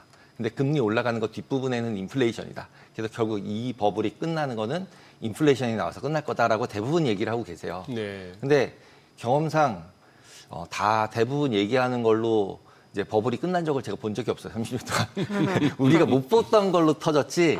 우리가 계속 이걸 때문에 그럴 거야. 지정학 때문에 그럴 거야. 뭐 금리 때문에 그럴 거야. 인플레이션 때문에 그럴 거야. 그랬을 때 그 인플레이션이 나오는 숫자들이 굉장히 스무스하게 나오기 때문에 결국은 그것 때문에 터진 적은 제가 본 적이 없어요. 예측 못하는 다른 걸로 터질 수 그렇죠. 있다. 다른 걸로 터질 거고 어. 그 터졌을 때, 그리고 이제 어떤 분들은 이런 예. 파생 상품들, 선물이나 ELS 뭐 이런 것들이 수압 이런 게 이제 문제가 된다, 저거 아주 나쁜 거다 이렇게 얘기를 하시지만, 걔네들은 어차피 시장에서 원하는 걸 주는 거예요. 아, 내가 투기를 하고 싶어. 그리고 하다못해 이제는 바이낸스 같은 데서 예. 퍼페추얼이라 그래서 무기한 선물이라 그래서 그냥 20배씩 레버리 해줘요. 아, 20배씩. 그것도 뭐예요? 그러니까 하다못해 이제는 삼성전자 주식을 코인에서 살 수 있어요. 그러니까 바이낸스 하면 원래 네, 그 코인만 코인은- 해야 되잖아요. 예, 예. 근데 USDT라는 예. 이제 그 스테이블 코인을 네네. 기준으로 해서 삼성전자를 상장시켜 놨어요. 테더로 기준. 네, 테더로 살 수 있어요. 삼성전자랑 똑같이 움직이는 예. 이제 주식도 아니고 코인인 걸 상장시켜 놓은 거죠. 그래서 주식도 아니고 코인. 네, 삼성전자 가격 연동 코인이 지금 바이낸스에서 거래가 돼요. 하이퍼 리퀴드에서 또 거래가 돼요. 지금 금액이 굉장히 적긴 한데, 그래서 우리나라 넥스트 시장에서 막 저번에 한번 이제 막 30%확 빠진 적 있었잖아요. 예, 예. 잠깐 뭐 예, 200주 예, 거래됐다 예. 그러면서. 예, 예. 그랬더니 코인 시장도 200주가 빠져요. 그랬다 그대로 올라와요. 이 얘기는 뭐냐면 코인 시장에서 거래되는 거랑 그 다음에 우리 시장에서 거래되는 게 기계끼리 연결을 다 해놔서 얘가 빠지면 얘도 빠지고 얘가 올라가면 얘도 올라가고 이걸 다 해놓은 거예요. 그러니까 이제 서로 하다못해 이제는 코인 쪽에서는 이런 얘기도 해요. 그러니까 코인 시장에서 거래되고 있는 삼성전자 가격이 우리 그 애프터마켓 끝나고 나서 이제 산전장, 그러니까 오전장 네네. 시작하기 전 가격을 예측률이 80% 이상이다. 아. 왜냐하면 거기는 24시간 돌잖아요. 예, 예, 삼성전자가 24시간 거래가 되고 있어요. 예, 이미. 예. 예, 하이닉스도 24시간 거래가 되고 있고. 지금은 거래량이 적은데 USDT 지금 이제 비트코인이나 이런 게 다 망가졌잖아요. 예, 예. 망가졌으니까 그 안에 있는 코인들은 뭘 할까요? 일단은 비트를 팔아서 USDT로 바꾼 다음에 네. 잘 움직이는 하이닉스, 삼성전자를 사겠죠. 그러니까 이거의 메리트는 20배 레버리지가 가능하다는 레버리지도 거예요. 가능해요. 그게 메리트인 거예요. 그렇죠. 하루에 다 없어질 수 있지만 네. 20배까지도 할 수 있고, 그리고 코인으로 살 수 있다. 왜냐하면 코인 세상에서 사는 사람과 예. 이쪽 세상에 사는 사람이 좀 다르잖아요. 그렇죠, 달라요. 다르죠. 예. 그러면 이쪽에 있는 세상에 살고 있는 사람들이 원래는 비트코인 여러 가지 알트코인들을 거래를 했는데 그 장이 안 좋잖아요. 네. 근데 거기에 삼성전자를 상장시켰죠. 네. 그러면 이제 USDT를 가진 사람이 세상으로 나올 필요 없이 그냥 삼성전자를 코인 세상 안에 살 수 있어졌죠. 하이닉스도 살 수 있어지고. 그럼 그 물량이 커진다라고 네. 하면 어떨까요? 이쪽에 기계가 마켓 메이킹, 시장 조성을 하는 기계는 코인 시장이랑 전통 시장을 두 개를 다 하는 사람들이 하고 있어요. 예. 그러면은 여기서 코인 사는 사람이 많아요. 그러면 하이닉스를 사야 되겠죠. 해지를 하려니까.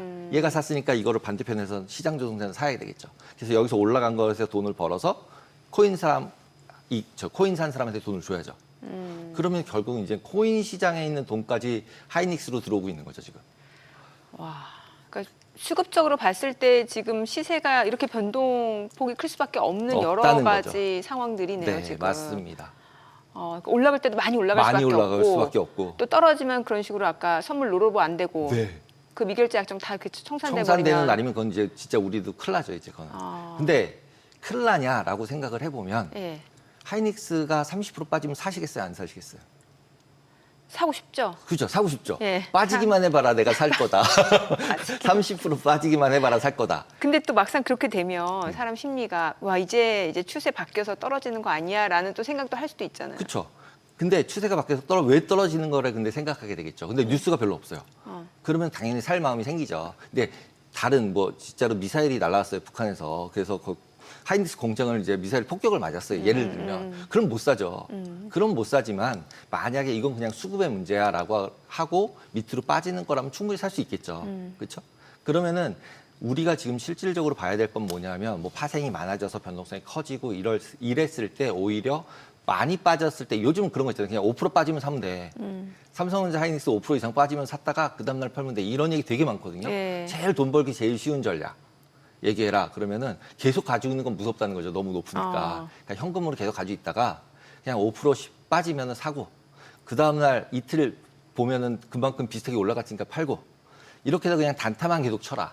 이걸 괜히 끌고 갔다가 괜히 무슨 일 당할지 모르겠다. 이 레벨에서 어떻게 사냐. 근데 레벨이라는 거는 이제 트레이딩하는 사람 입장에서는 레벨이고 네. 펀더멘털하게 보는 사람 입장에서는 한 달에 1년에 그러니까 분기에 100조씩 버는 회사인데 예. 그리고 이미 순이익이나 이런 걸로 봤을 때 전 세계 시가총액으로 봤을 때 이미 10위 안으로 들어갔잖아요. 삼성전자는. 그리고 이제 거의 하이닉스도 10위 안으로 들어갈 이제 채비를 막 하고 있죠. 예. 네. 이런 상황이기 때문에 결국은 과거에 봤던 삼성전자나 하이닉스를 이제 우리나라 회사라고 보면 안 된다라는 게 저의 생각이고 이거는 이제 그냥 우리나라 회사라고 보면 안 된다. 그냥. 그리고 이제 저희 같은 경우도 회사에서 이제 미국 주식을 주로 포커스를 해서 네네. 했었어요. 한국 주식 거의 아예 안 했었어요. 예. 네, 그랬는데 삼성전자 하이닉스는 하거든요. 어. 네.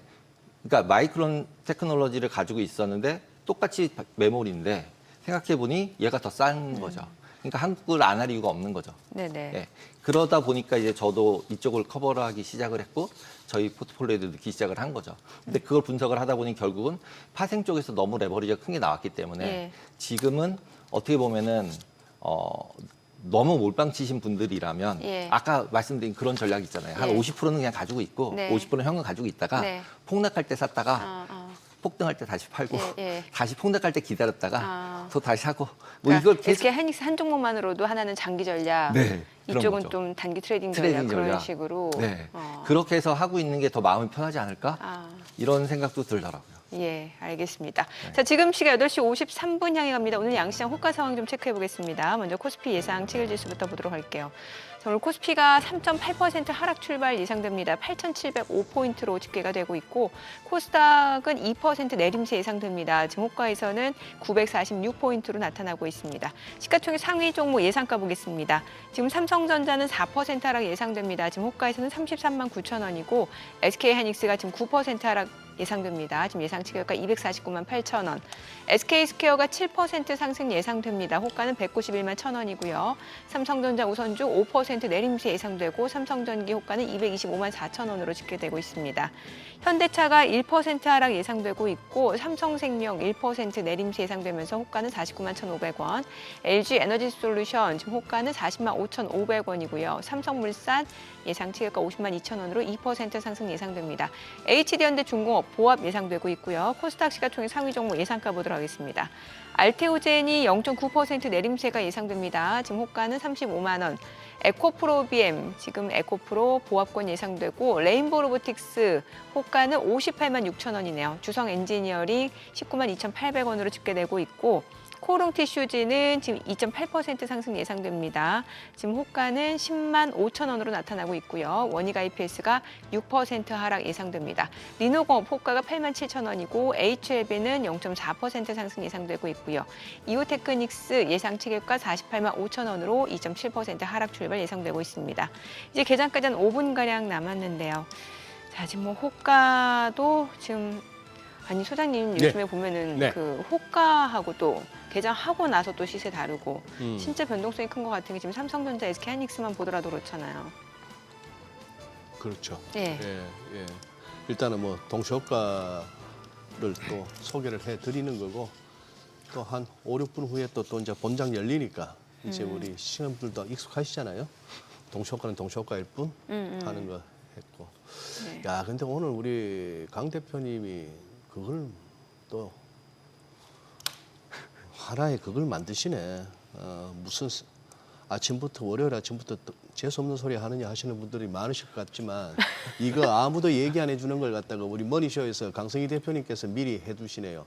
이게 얼마 만에 현실화가 될지, 한 달 만일지, 내년 해 바뀌고 나서 그럴지, 뭐 당장 이번 여름에 터질지는 모르겠습니다만 여러 가지가 벌써 조짐이 있네요. 아까 말씀하신 40 몇 프로씩 주는 그 ELS, 예, 거기에 보니까 낙인 조건이 들어가네요. 이 낙인 나가웃 이 소리 나오면 이거 진짜 끝물입니다. 우리 키코도 그랬지만 예, 그렇게 되고 쉽게 말해서 그 40 몇 프로의 고수익을 갖다가 실현시켜주지 않기 위해서 그 눈먼 돈들 탈탈 털어먹기 위해서는 낙인을 시켜버리는 거예요. 결국은 한번 그 조건을 갖다가 만들어서 그 기대 수익률을 못 거두고 탈탈 털리는 상황을 만든다니까요, 늘. 그거는 이제 그 음모론이고요. 실제로 이제 운영을 저는 이제 그 ELS라는 거 운영을 해본 사람이니까 예, 저도 뭐 그냥 그러니까 홍콩에서도 했고 서울에서도 계속 글쎄, 했고 네. 했던 사람 입장에서 보면 그런 일은 없습니다. 솔직히 말씀을 드리면 왜냐하면 그렇게 되면 은행도 깨져요. 자꾸 이제 그거를 이걸 쳐가지고 내가 돈을 줄 돈을 안 준다고 생각하시지만 이쪽에서는 주식을 제가 아까 산다고 말씀드렸잖아요. 네. 그래서 내려가면 나도 깨져요. 예, 그러니까 이거를 ELS 발행한 사람들은 무조건 올라가야 해피해요. 예, 그래서 에브리원 해피해져요. 올라가면 나도 벌고 너도 벌고 근데 다 그 같이 은행까지도 털어먹어야 속이 시원한 세력이 있다니까요. 이제 그거는 이제 은행을 털어먹기 위한 헤지 펀드들이 있어요. 거기까지 밀어버리려고. 그러다 보니까 아까 말씀드린 홍콩의 ETF 같은 경우는 그런 걸 막고 싶은 거예요. 예를 들면 아까 설명을 드리다 말았는데 홍콩의 ETF는 수화비로 거래란다고 했잖아요. 이게 뭐냐면 하이닉스가 움직이는 대로 나한테 2배로 줘. 이런 거를 이제 IB 은행들이랑 계약을 맺어요. 근데 조건이 있어요. 하이닉스가 일일 변동폭이 45%가 되면 네. 그 이상 깨진 거는 니네 IB들이 책임져. 나한테 전가하면 안 돼. 라는 계약의 수합에 들어있어요. 아, 그래요? 예, 그래서 제가 생각했을 때 하이닉스 하한가가 얼마죠?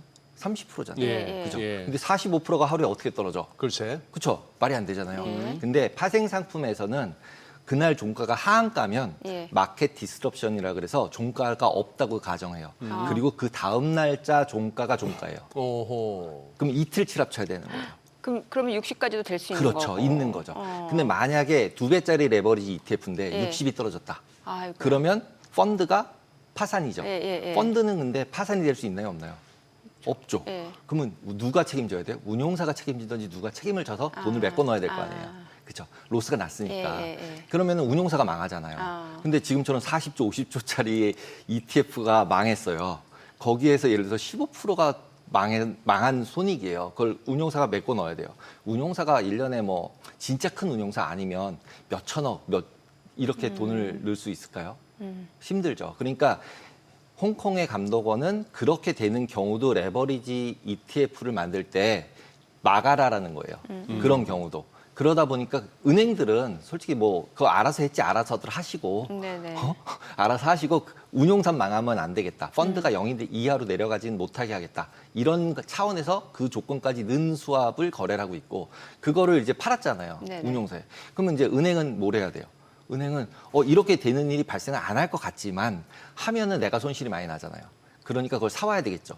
그걸 누구한테 사와요? 우리한테. ELS 발행해서 사가는 거죠. 그래서 똑같이 45 낙인이 자꾸 아까 나오는 거예요.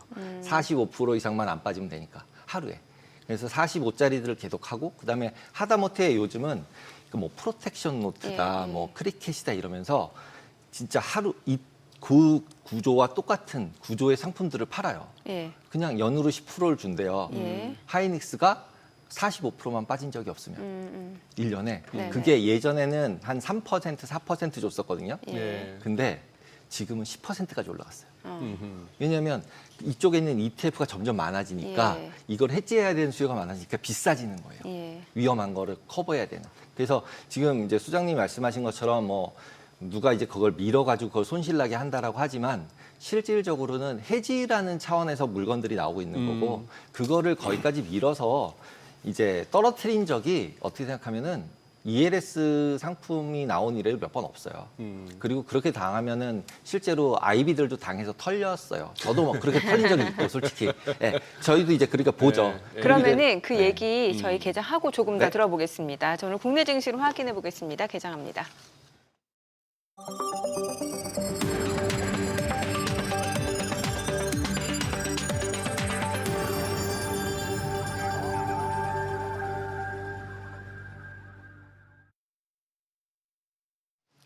네, 6월 20일 월요일 국내 증시 개장했습니다. 지금 미국과 이란의 그 협상 소식 계속해서 속보로 나오고는 있습니다만 이제 호르무즈 해협 폐쇄 소식 나오고 그 이후에 완전 또 폐쇄 아니다라는 뉴스도까지 나오고 있는 모습이고 이 가운데 이제 지정학적 불확실성 계속되고 있는 상황에서 유가 변동성도 커지고 있는 상황이고요. 오늘 호가 흐름만 놓고 봤을 때는 또 기존에 상승했던 반도체 섹터에서는 좀 하락 출발이 예상이 되는 모습인데 양시장 출발 지수부터 좀 체크해 보겠습니다. 먼저 코스피입니다. 지금 1% 떨어집니다. 8,954. 코스닥은 0.8% 하락 중이네요. 958이고요. 시가총액 상위 종목 시초가입니다. 삼성전자 2% 떨어집니다. 34만 6천 원. SK하이닉스가 0.9%, 0.3% 내림세 낙폭 빠르게 줄여냅니다. 275만 5천 원. SK스퀘어가 2% 상승합니다. 182만 1천 원이고요. 삼성전자 우선주도 2% 떨어집니다. 21만 7천 원. 삼성전기가 221만 2천 원으로 2.5% 하락이고요. 현대차가 3% 떨어지고 있습니다. 59만 4천 원. 삼성생명은 4.5% 내림세로 47만 4,500원.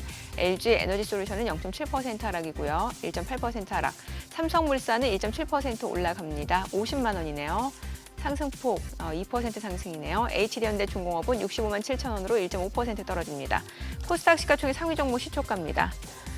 지금 알테오젠이 3% 떨어지고 있습니다. 34만 2천 원. 에코프로비엠은 2.3% 하락, 16만 5,400원. 에코프로가 1.6% 내림세. 그리고 레인보로보틱스가 58만 2천 원으로 1.3% 떨어집니다. 주성 엔지니어링은 19만 5,800원, 1.4% 올라가고 있고요. 코오롱 티슈진 0.7% 상승 중입니다. 10만 2,600원. 그리고 원희가 EPS가 1.6% 떨어지고 있고 리노공업 0.5% 하락입니다. HLB가 47,700원으로 0.8% 하락 중이고 이오테크닉스가 49만 6,500원 0.4% 하락 흐름 이어지고 있습니다. 오늘 시장에서 특징을 보여주고 있는 섹터 종목 체크해 보도록 하겠습니다. 지금 보게 되면 코로나 19, 그러니까 바이오 쪽에서 일부 종목이 상승을 보여주고 있는데 이게 또 개별적인 모멘텀이기 때문에 글쎄요, 현대약품이 또 7% 올라가고 있는 상황이고 GH신소재, MVH 코리아 이런 종목들이 좀 상승을 보여주고 있는 모습이고 백화점 쪽 움직임. 롯데쇼핑이 1% 올라갑니다. 18만 1,900원, 신세계가 1% 상승세 71만 9천 원, 현대백화점이 0.8% 올라가고요. 한화갤러리아가 소폭 오름세고 광주신세계도 소폭 상승세 보여주고 있습니다. 지금 CXL, 반도체 기판 이쪽 움직임이 좋네요. CXL 쪽에서 오픈엣지 테크놀로지가 3.7% 상승세고요. 파도, 오킨스전자, TLB 상승세고 코리아 서킷도 12만 1,100원, 네오셈도 0.8% 상승세, QRT도 소폭 오름세고요. 엑시콘이 상승세고요. 퀄리타스 반도체도 1% 올라갑니다. 그리고 반도체 기판 쪽에서는 지금 기가비스가 7% 올라가고요. 덕산하이메탈도 2.7% 올라갑니다. 12,930원, 심텍도 2%대 상승세고요. LG에너텍도 올라가고 삼성전기는 차익 실현 물량 나오고 있고 이오테크닉스, 이수페타시스 상승 중이고요. 태성이 1.5% 상승합니다. 오늘 시장에서 지금 외국인들이 금액 기준으로 순매수하는 종목을 살펴보니까 SK스퀘어, 삼성생명, 한화에어로스페이스, 삼성물산, 현대모비스, 한국전력 순으로 확인되고 있고요. 전체적인 수급 사항도 체크해 보겠습니다. 오늘 유가증권 시장에서 개인 투자자는 7,770억 원 순매수고요. 외국인은 5,545억 원 매도 우위, 기관 2,241억 원 순매도입니다. 코스닥에서는 개인 투자자가 379억 원 매도 우위고 외국인과 기관은 각각 369억 원, 32억 원 순매수를 보여주고 있습니다. 환율 체크하겠습니다. 달러 환율입니다. 오늘 3원 90전 상승하면서 1,530원 90전에 개장이 됐습니다. 지금 코스닥은 상승으로 전환이 됐고 코스피도 빠르게 낙폭을 줄여내고 있고 SK 하이닉스는 상승으로 전환이 됐네요. 그러군요. 예. 자, 그러면 그러고 보니까 우리 어디서도 듣기 쉽지 않은 내용을 오늘 우리 강승희 대표님께서 그러게요. 우리 시청자분들에게 소개를 해주셨는데 제가 높아심에 너무 초를 쳐가지고 그거 한데 조금 더 들어볼게요. 대표님 요 ELS나 여러 가지 레버리지 상품을 갖다가 많이 운용해 보셨지 않습니까? 거기서 실제 운용해 보신 관점에서 여기에 메리트와 또 어떤 좀 조심할 거 이렇게 한번 좀 정리해 주시면.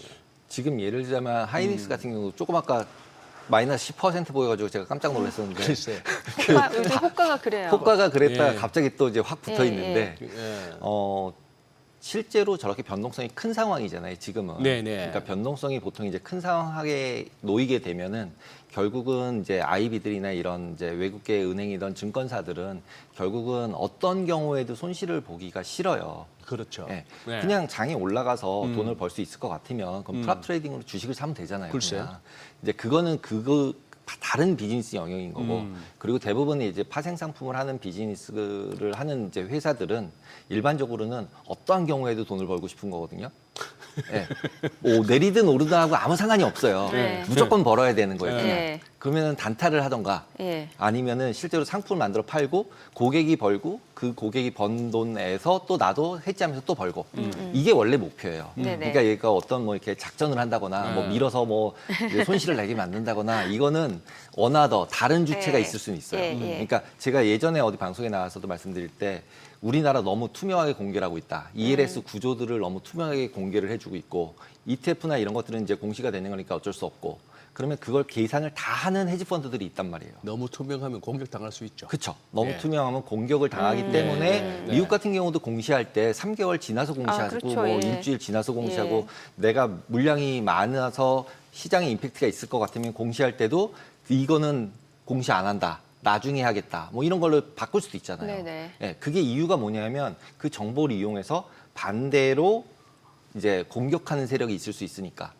하는 그러네요. 거거든요. 공평하게 하기 위해서. 그게 예. 더 오히려 공평하다는 거죠. 예, 근데 예. 그렇게 되면은 실제로 ELS 같은 거 공격하는 사람이 있을 수 있어서 이제 소장님 말씀하시는 것처럼 이제 뭐 다 죽여버리겠다. 이런 세력이 나타나서 그러니까 나만 먹겠다. 다 죽이고 나만 먹겠다 할 정도로 수익을 굉장히 많이 그러니까 금액을 많이 투자를 할 수 있는 공격을 할 수 있는 사이즈의 어떤 세력이 있다면 할 수 있겠죠. 그러니까 은행도 밀어버린다고. 은행도 밀어버리는 거죠. 은행도. 아니 왜냐하면 이제 조지 소로스 같이 중앙은행도 밀어본 적이 있잖아요. 네. 네. 근데 뭐 하이닉스 정도야 네. 맘 먹으면 그들은 밀 수 있을 거라고 저는 생각해요. 걔들은 또 양심의 가책도 안 느끼고 네, 그들은 확 양심의- 밀어서 네. 죽여놓으면은 네. 또 다시 사죠. 어지간한 정부들이 다 세금으로 메꿔줍니다. 그래서 이렇게 골고루 분산되고 표도 안 나게 다들 당했기 때문에 그냥 또 넘어가요. 금융위기 때도 생각해 보시면은. 근데 금융위기 때도 그렇고 제가 아까 말씀드린 위기들 상황이 지난 다음에 지나서 보면은 위기 때 그냥 사면 된다는 거 우리가 다 알잖아요. 그렇죠. 그랬죠. 위기 때 돈이 없어서 문제인 거지 항상. 네. 위기 때 돈이 없어서. 네, 위기 때 돈이 없어서 문제인 거지. 위기 때 돈만 있으면 사면 되는 건 다 이러면 알아요. 교과서적인 내용, 항상 현금을 가지고 있어야 된다. 나오는 거잖아요. 그렇죠. 교과서적으로 돌아갈 수밖에 없는 거죠. 현금 갖고 있다고 환장하는데 포모 때문에 막 날아가는데 나는 이거. 아, 그러니까 날아가는 거에 대비해서 뭐 아무리 적어도 50%는 가지고 있어야죠. 삼성전자 하이닉스 가지고 있어야죠. 지금 상황에서 삼성전자 하이닉스가 없다. 그럼 포모일 네네. 수밖에 없잖아요. 예, 그렇죠. 예, 그러니까 일단은 가지고 있대. 현금도 있어야 된다. 예. 왜냐하면 저렇게 이제 폭락했을 때 사야 내가 이제 그 떨어져 손실을 났어도 네. 걔를 네. 낮은 지점에서 사면 올라올 네. 때 금방 올라올 수 있으니까. 그래요. 네, 그렇게 보면 될 것 같습니다. 이렇게 한번 정리해 봐야 되겠습니다. 우리 오늘 뭐 강성희 대표님 나오셔가지고 어떻게 보면은 우리 나 주린이에로라고 스스로 말씀하시는 분들은 좀 어려운 내용이죠. 어렵죠. 네, 어려운 어렵습니다. 내용인데 그저 사서 얼마 가면 내가 얼마 벌고 레버리지까지는 이해했어. 2배래. 오를 때도 2배, 빠질 때도 2배. 좀 위험하대. 그런데 그거보다 좀 더 복잡하면서 또 굉장히 유혹적이지만 또 굉장히 리스키한 파생 쪽을 또 이렇게 언급을 해주셨고 지금 역대급으로 미국이나 한국이나 어디나 할 것 없이 그 파생이 굉장히 부풀어 있다. 네. 고로 상승이든 하락이든 여기에는 다소 과장된 가속도가 붙을 수가 있다. 네, 속도가 빠를 수 있다. 속도가 빠를 수 있다. 네. 이러다 혹시 그거 하면은 크게 다칠 수는 있다. 네. 뭐 그 정도까지 이렇게 정리를 하고 그 다음은 선택의 문제입니다. 네, 각자의. 맞습니다. 근데 대표님 나오셨으니까 그것도 한번 여쭤볼게요. 저기 케빈 워시가 이제 출범을 했는데 네. 이 양반이 이제 그 소위 말하는 그 포워드 가이던스를 확 없애버린 거 아닙니까? 네, 잘했다고 생각합니다. 예, 잘했다고 생각하고 네. 이제 저 연준 이사들이나 지역 연방은행 총재들도 좀 이렇게 말수가 줄어들 것 같은데 네. 앞으로는 이 사람은 이렇게 얘기하고 저 사람은 저렇게 얘기하고 그 뭐 의미도 없는 그거였는데 이 양반 이러다 갑자기 다음 달 혹시 올릴 수도 있을까요? 만약에 이번 금리요? 주 나오는 PC 같은 게 또 높다 이러면 그 가능성은요? 안 올리지 않을까요?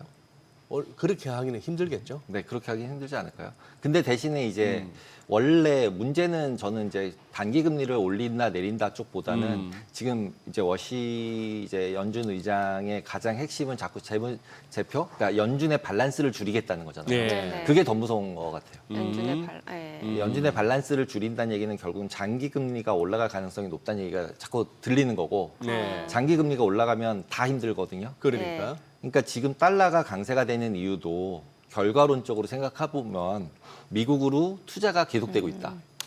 왜냐하면 데이터 센터 미국에 지으라는 거잖아요. 반도체 미국에 지으라는 거잖아요. 그러면 삼성전자 수출해서 돈이 많으면 뭐해요? 한국으로 들어와서 원화로 바꿔서 한국에다 공장을 지어야 원달러가 안정이 되는 건데 너 많이 수출했지? 그냥 도로 넣어 걸로. 미국으로 도로 넣으라는 거잖아요. 그냥.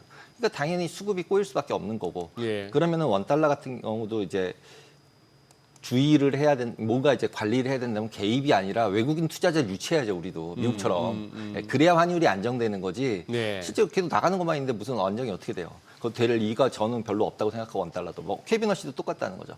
지금 인플레이션을 없애는 게 우선인 거지 단기 금리 가지고 조정이 안 된다는 거는 워시는 저는 안다고 생각을 하는 거고. 그러니까 뒤쪽 금리 10년짜리 금리가 올라가는 쪽이 오히려 더 문제이지 않을까라고 생각이 들어서. 지금 같은 경우는 일단 단기 금리가 오른다, 내린다 포커스보다는 오히려 장기 금리를 봐야 되고 그리고 이제 하이퍼 스케일러들이 자꾸 채권을 발행하잖아요. 예. 제가 예전에 그러니까 애플이 채권을 발행을 하더라고요. 어허. 그래서 금리가 1%대. 그것도 막 50년, 100년짜리 발행이에요. 그래서 아니 돈도 많은데 쟤네들이 왜 발행을 했을까라고 생각을 해보면 네. 거꾸로 아이비들이 가서 야 지금 그냥 발행해 놓으면 네. 그냥 돈이야. 그러니까 네, 지금 엔비디아 발행한 게 저는 제일 이제 물음표인 거예요. 네. 자사주 살겠다 뭐 이러고서 발행을 했는데 돈이 없는 데가 또 아니고. 그러면은 결국은 금리가 안 떨어진다고 생각하니까 일단 땡겨놓자는 얘기 아니야? 돈을. 네, 그렇게 보여지거든요. 그러면은 결과론적으로는 장기 금리가 내려오긴 굉장히 어렵겠는데 거기다가 워시가 가가지고 연준 밸런스 줄인다 그랬잖아요. 예. 그럼 연준 채권을 팔겠다는 얘기거나 만기가 돼도 안 사겠다는 거잖아요. 그러니까. 예, 팔기까지는 안 한다고 하더라도 예, 안 사겠다는 거잖아요. 그럼 다른 데 살 데가 있어야 되잖아요. 예. 그럼 이제 그게 연동된 게 이제 스테이블 코인이 사줄 거야 뭐 이러고 있는 건데 그것도 말도 안 돼요. 네. 스테이블 코인은 3개월 이하만 사라 그랬거든요. 네. 그럼 장기 채권 누가 사지? 물음표가 생기죠. 그리고 이제 그러다 보니까 결과론적으로는 워시도 그렇게 움직일 수 있는 여지가 크지 않다라는 게 개인적인 생각입니다. 그래서 단기 금리 같은 경우는 뭐 인플레이션이 진짜 미친 것 같이 올라가면 어쩔 수 없이 올리겠죠. 네. 예, 근데 그렇진 않을 것 같고. 근데 그래서 유가에 따라서 움직이고 있는 것 같아요. 왜냐하면 유가는 내가 마음대로 못 하잖아요. 예. 그러니까 유가가 올라가면 인플레이션 수치가 올라가기 때문에 자꾸 이제 뭐 이제 코어, 뭐 슈퍼 코어 이러면서 자꾸 이제 유가는 빼고 하겠다는 거잖아요. 걔는 변동성이 크니까. 근데 실제로 우리가 살아가는데 무슨 그걸 빼고 어떻게 계산을 해요? 일시적이냐 아니냐를 보기 위해서 그걸 빼겠다는 거지. 기본적으로 우리가 살아가는 과정에서는 인플레이션이 실제로 유가가 빼고 되는 게 문제가 아니거든요. 실제 살 네네네. 땐. 그렇잖아요. 그러니까 이제 그런 부분이 생겼을 땐 리얼로 생활이 문제가 되기 때문에 결국 인플레이션이 생기면 금리를 인상할 수밖에 없어요. 그러면은 결국은 나머지 모든 이제 위험 자산들이 다 힘들게 되고 예. 예. 그렇게 되면 당연히 이제 하락세로 전환될 수 있다라고 해서 사람들이 예상을 하고 있는 건데 지금 제가 말씀드린 거는 모든 사람이 생각하고 있는 거라는 거예요. 아까도 말씀드렸지만. 예. 그렇기 때문에 그런 일로 말미암아 주가가 폭락하거나 아니면 버블이 터지거나 이러진 않을 것 같다는 거죠. 그리고 과거 뭐 이제 소장님도 보셨지만 오래 계셨으니까 버블 터질 때 예. 뭐 이렇게 어느 날 갑자기 뻥 터지잖아요. 그랬어 얘기하는 사람들이 너 바보야 이렇게 손가락질을 당하다가 한 번에 벌거든요. 그런 네, 사람들은 예. 대부분 맨날 깨져요. 예, 네. 맞아요. 그래서 이제 뭐 주식 같은 경우도 매수가 무조건 이긴다라고 하는 게 길게 보면 당연히 매수가 이기죠. 근데 어디서 산다 어디서 파냐의 문제인 거잖아요. 그것처럼 지금의 상황도 충분히 조심해야 될 상황은 맞다. 왜냐하면 이제 장기적인 차트를 그려보면 자꾸 여기 위에 붙어 있잖아요. 네. 그러니까 예. 불안은 하죠. 네. 그렇다고 해서 포모를 견딜 수는 없잖아요. 그러니까 다 팔 수는 없으니까. 그러니까 포지션은 가지고 있어야 되는 거고. 그래서 그 부분을 잘 조절해야 된다라고 보시면 될 것 같아요. 그래서 이제 금리 물어보신 거는 제 생각에는 안 할 것 같은데 결국은 수치도 그렇게 높아지지 않을 것 같아요. 제 생각에는. 유가가 예. 다시 100불 이상으로 계속 올라가서 하기 전까지는. 그 부분에서는 뭐 트럼프 대통령이나 지금 현 트럼프 행정부가 각고의 노력을 하는 것 같고. 네, 맞습니다. 근데 참 대표님 말씀 듣다 보니까 아까 말씀하셨잖아요. 애플이 천하의 애플이 돈도 없지도 않는데 네. 그걸 1%로 해서 네. 거의 뭐 연구체 비스무리하게 네. 발행을 했어요. 네. 그거 산 사람들은 어떻게 됐나요? 그러니 전부 꽝이잖아요. 그걸 누가 샀을까요? 개인이 샀을까요? 기관이 개인보다는 샀을까요? 기관이 들어갔겠죠. 그렇죠. 네. 네. 기관은 저거 돈이 아니고 고객 돈이겠죠. 그렇죠. 그것도 대부분의 고액 투자자. 네. 고액 투자가도 있고 그리고 어떻게 생각하면은 보통 이제 금융기관들은 이제 투자 기간이 길잖아요. 예를 들어서 네. 보험사들 같은 네. 경우는 투자 기간이 막 어떻게 보면 사람 죽을 때까지가 이제 보험의 만기이잖아요. 네. 예, 그러다 보니까 이제 긴 자산들을 원하고 그러다 보면은 이제 신용도나 이런 거에 살 게 없을 때 그리고 이제 유럽 그 당시에 1% 발행했을 때 유럽은 마이너스 금리였어요. 예, 마이너스 금리보다 1% 낮잖아요. 항상 뭐든지 네. 상대적인 비교고 그 당시에 지금 같은 경우도 반도체로 쏠림이 있을 수밖에 없는데 제 생각에는 반도체보다 돈 잘 버는 데가 있어요? 지금은 없죠. 없어요. 네. 그리고 반도체보다 싼 데가 있어요? 없어요. 소부장 얘기 자꾸 하는데 소부장보다 하이닉스가 훨씬 싼데 예, 돈도 훨씬 잘 벌고 펀더멘탈도 훨씬 싼데 뭘 자꾸 소부장을 어떻게 가요? 상식적으로. 저도 이제 그냥 이제 국가 정책이 좀 이제 코스닥을 좀 밀어줄 것 같잖아요, 솔직히 지금. 네네. 예, 그런 상황이기 때문에 사고 싶은데 샀다가 계속 물렸어요. 사면 물렸. 그래서 역시 정부 얘기를 들으면 안 되나 보다 이거 그냥 믿고 사봤더니 그래서 곰곰이 생각을 해보면 삼성전자 하이닉스가 올라간 거 과연 정부 정책 때문에 올라간 거냐? 그건 아니죠. 아니죠. 네. 그냥 AI가 돼서 올라간 거잖아요. 네. 예. 그러니까 결국은 진짜로 숫자를 보고 돈을 잘 버는 회사를 투자를 해야 되고 돈을 잘 버는 거에 맞춰져서 상대적으로 어느 쪽이 더 좋은지를 보고 투자하는 게 맞는 거지. 네네. 예, 이거를 뭐 어느 정책에 맞춰서 누가 얘기해서 이렇게 하는 것보다는 스스로 이제 지금은 너무 정보가 많이 오픈이 되니까 판단해서 하는 게 이제 마음도 오히려 편하고 그러지 않을까라고 생각이 듭니다. 근데 지금 아무도 예측 못하는 걸로 버블이 터질 수 있다라고 하니까 그게 약간 근데 뭐 항상 그랬었어요. 그래야 공평하지 않을까요? 어느 날인가 왜냐면 누가 다 얘기한 걸로 터지면 준비를 누군가 했어요. 예. 그래서 뭐 옵션도 사고 뭐 다 예. 해놔서 걔 혼자 다 벌어요. 네, 그러니까 모르는 사이에 터져서 다 같이 빵 이렇게 된 다음에 다시 새 출발해보자. 뭐 이렇게 되지 않을까라고 생각이 듭니다. 대표님 여전하시네. 저기 모처럼 나오시면은요. 네. 반도체는 털리면 안 되십니다. 밀릴 때마다 사시고요. 절대 던지지 마시고 던지고 나면 다시 사기 힘들어집니다. 그리고 신규 매수 이렇게 보고 계신 분들은 조금 조정을 기다렸다가 하나만 한 소리. 팔지 마시고 사지 마세요. 이 소리인데. 들고 있는 사람은 팔지 말고 살 사람은 지금 사지 마세요 하면 이거는 장이 안 서는 얘기를 하는데 그 정도를 말씀하셔야 욕을 안 드십니다. 그냥 아니, 오늘 소신 발언 해주셨어요. 이제 포모 그러니까. 느낄 수 있으니까 반은 들고 가고. 그럼요. 그러니까 저는 이제 누가 이제 물어보면 지금 있냐 없냐? 없으면 없다. 그럼 일단 50%는 사라. 일단 반은 걔 걸쳐놔라. 어떻게 알아요? 그걸 내려갈지 올라갈지. 네. 일단 걸쳐야죠. 그리고 좀 불안하면 나머지는 단기 트레이딩 하고. 단기 트레이딩 하고. 네. 나는 근데 반도체는 어쩌다 보니 하나도 없다. 다들 뭐 그거 하다 해서 뭐 바이오나 무슨 뭐 이상한 거 뭐 좌우지간 다 들고 있다. 네. 근데 너무 안 움직인다. 네. 화딱지 난다. 네. 지금이라도 던지고 갈아탈까? 갈아타야죠. 그래서 오케이. 바이오 아니 오케이. 반도체 없으신 아니 분들은 근데 갖고 기본적으로 지금 바이오가나 이쪽은 너무 많이 빠졌잖아요. 맞아요. 저희도 솔직히 미국 바이오랑 이쪽에 포커스해서 원래 펀드를 만들었었는데 네, 접었습니다. 있어요. 아까 네, 아까 말씀드렸듯이 그러니까 기본적으로 돈을 너무 많이 벌잖아요. 글쎄. 예, 너무 많이 벌기 때문에 이거를 무시하고 이게 뭐 치우쳤다 아니다, 뭐 테크니컬이 안 맞다, 맞다 뭐 이런 얘기를 할 수 있는 상황이 아니다라는 시장에서는 생각이 막 고집 부릴 게 아니고 들어요. 네, 따라가는 대로. 긴 줄에 맞아요. 그래야 망해도 위로가 돼. 시장에 맞서지 말라는 나는 긴 줄에 있었거든. 있고. 그러고 나만 망한 게 아니거든. 그것도 있고 일단 제가 계속 말씀드리지만 작전은 돈이 그러니까 FTX가 망한 거 코인이 망한 건 없잖아요. 돈을 못 버는 게. 근데 여기는 돈을 돈을 벌고 벌잖아요. 있으니까. 예, 진짜로. 맞아요. 진짜로 돈을 벌고 있고 그다음에 하이퍼스케일러들이 채권 발행하는 이유가 뭐예요? 저 반도체 살려고 발행하는 거잖아요. 그러면 걔가 발행한 만큼 어쨌든 반도체는 팔려야 되는 거잖아요. 그러니까 그래요. 이제 미국 쪽을 보면서 어느 정도는 포지션을 가져가는 게 맞다라고 보입니다. 네, 오늘 내용 잘 들었습니다. 고맙습니다. 네, 고맙습니다. 감사합니다.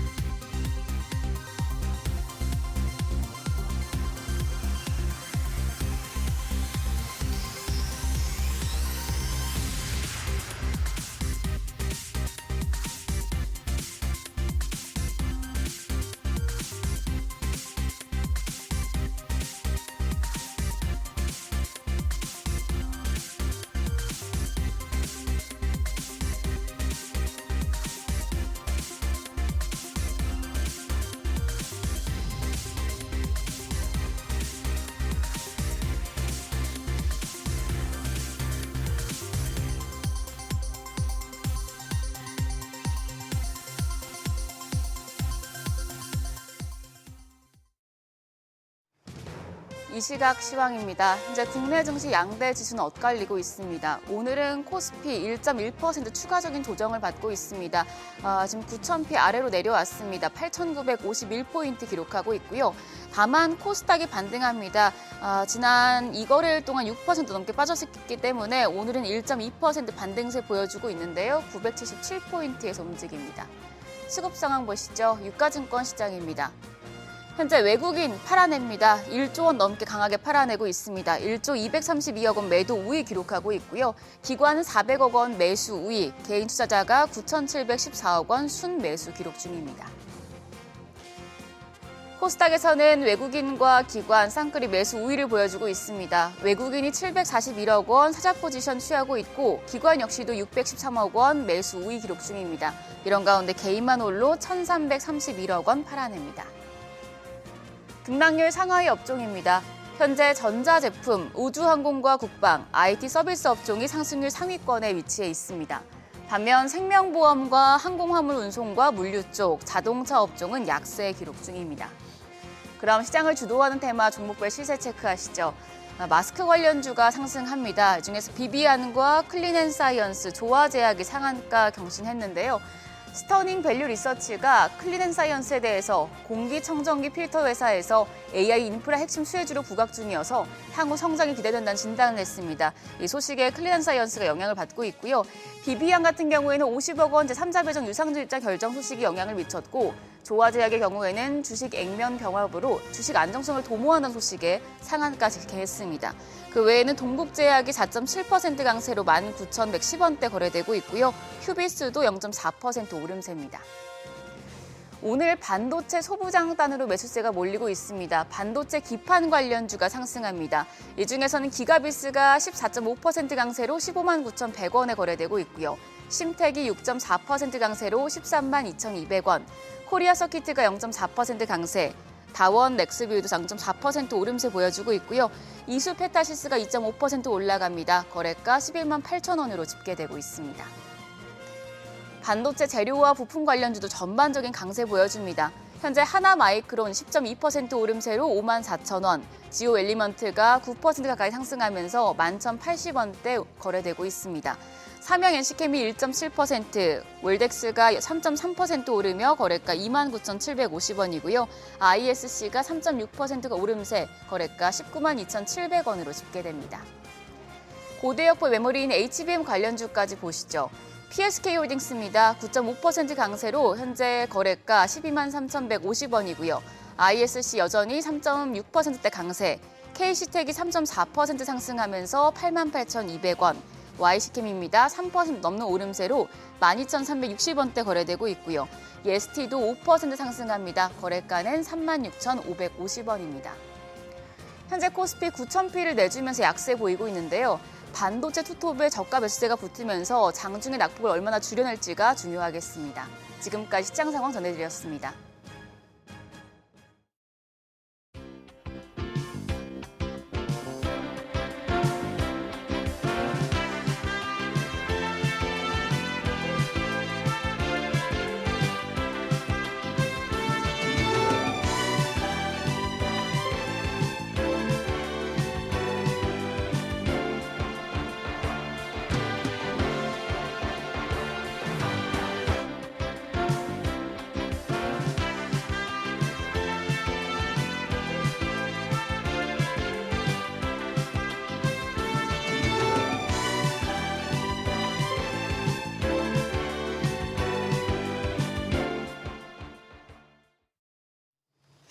국내 증시 개장 상황 주목해볼 산업 리포트까지 알아보겠습니다. 네, 그로스 리서치 한영희 수석연구원 나와 계십니다. 어서 오세요. 안녕하십니까. 네, 네. 스튜디오 들어오면서 강성희 대표하고 마주쳤죠? 혹시 마주치진 못했어요. 마주치지 못하셨어요? 제가 왼쪽으로 돌아가서 그러셨어요. 아니 하도 확 변하셔가지고 좋은 쪽으로 관리 연색도 하시고 얼굴도 좋아지시고 해가지고 한 수석이 그거 더 노력해야겠다 싶어가. 자, 관리 차원에서. 노력하겠습니다. 지금 장 어떻게 보세요? 지금 약간 이제 동시효과 때문에 막 조금 걱정을 했는데 그럴 만한 이유도 없었는데 흔들리더니만 장은 고만고만한데. 그러니까요. 아까 저도 오기 전에 이제 잠깐 봤었던 게 이제 이란하고 협상이 또 글쎄. 틀어질 수 있다는 네네. 얘기 때문에 잠깐 나스닥 선물 지수는 좀 하락을 했었는데 그래도 잘 버티고 있다. 그래 특히나 이제 코스닥 같은 경우는 오히려 지금 상승세를 나타내고 있으니까. 근데 저는 코스닥이 최근에 이제 정부 정책이 좀 아까도 이제 잠깐 앞에서 말씀을 하셨지만 네.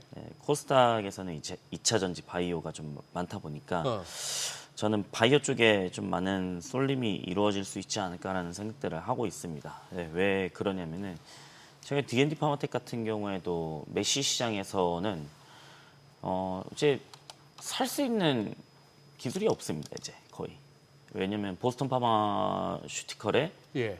그 메시로제 같은 경우도 그 GSK가 거의 업프론트 1.2억 불 정도 냈고 상당히 많은 돈을 지불을 했거든요. 예. 10억 불인지 그때 숫자는 정확히 기억이 안 나는데 굉장히 비싼 금액으로 이제 샀었거든요. 그렇기 때문에 마드리갈, 그다음에 노보노디스크 이런 빅파마 업체들이 계속 메시를 다 사고 있습니다.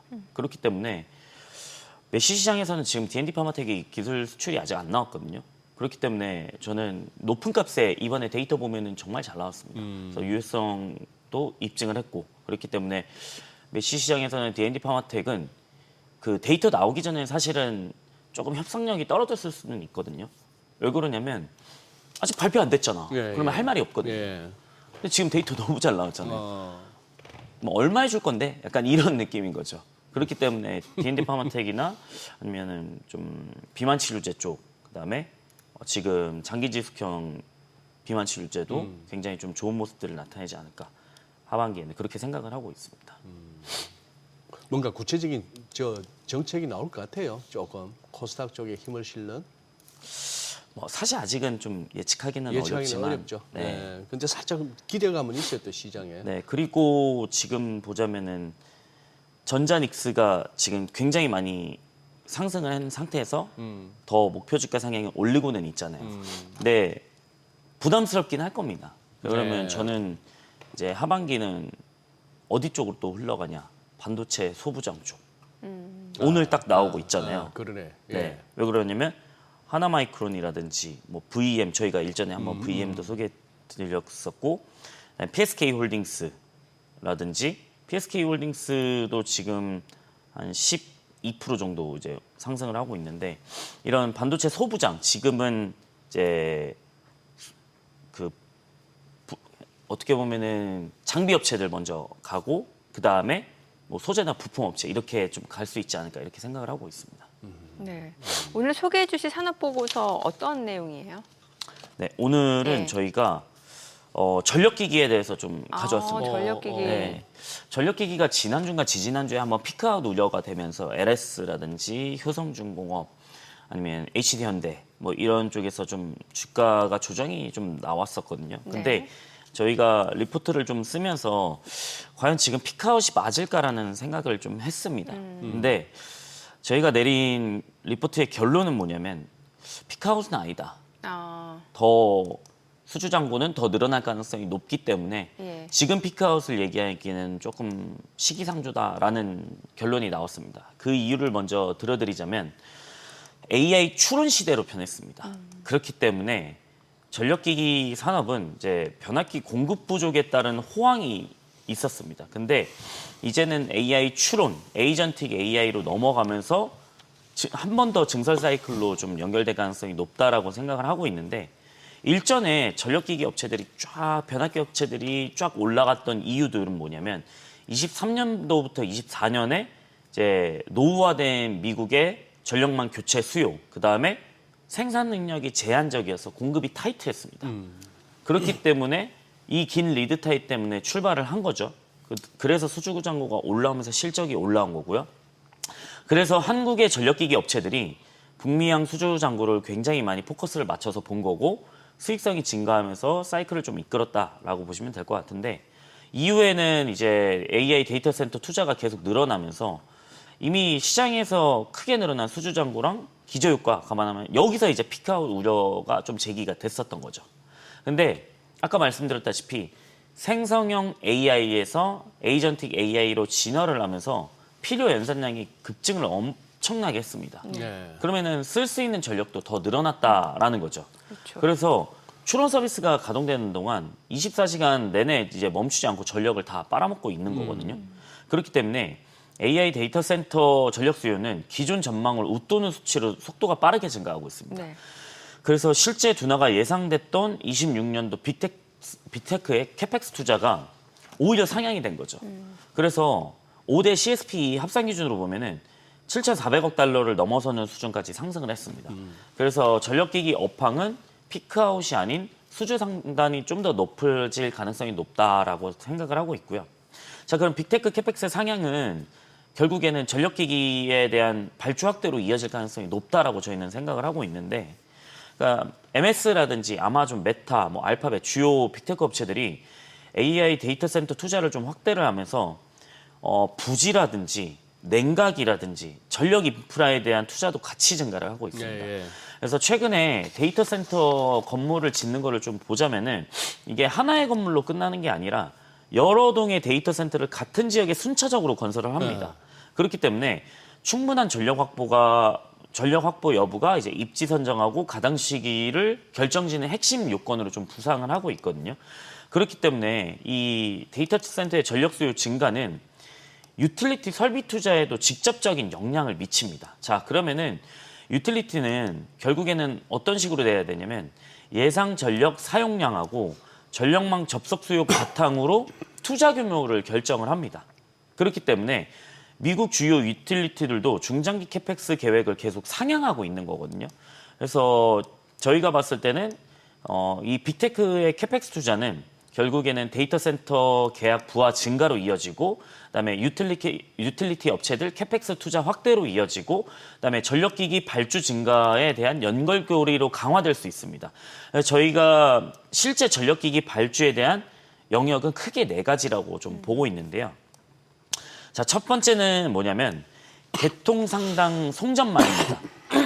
이게 뭐냐면 데이터 센터가 특정 지역에 좀 몰리면서 다른 지역에서 좀 전기를 끌어오는 초고압 송전망이 좀 필요하다라고 좀 보이고 있거든요. 그래서 AI 데이터 센터는 전력 사용망이 커가지고 전력망 부지랑 네트워크 인프라가 갖춰진 지역에 집중됩니다. 네. 그래서 뭐 멤피스라든지 이런 데 좀 집중되는 경향들이 좀 있죠.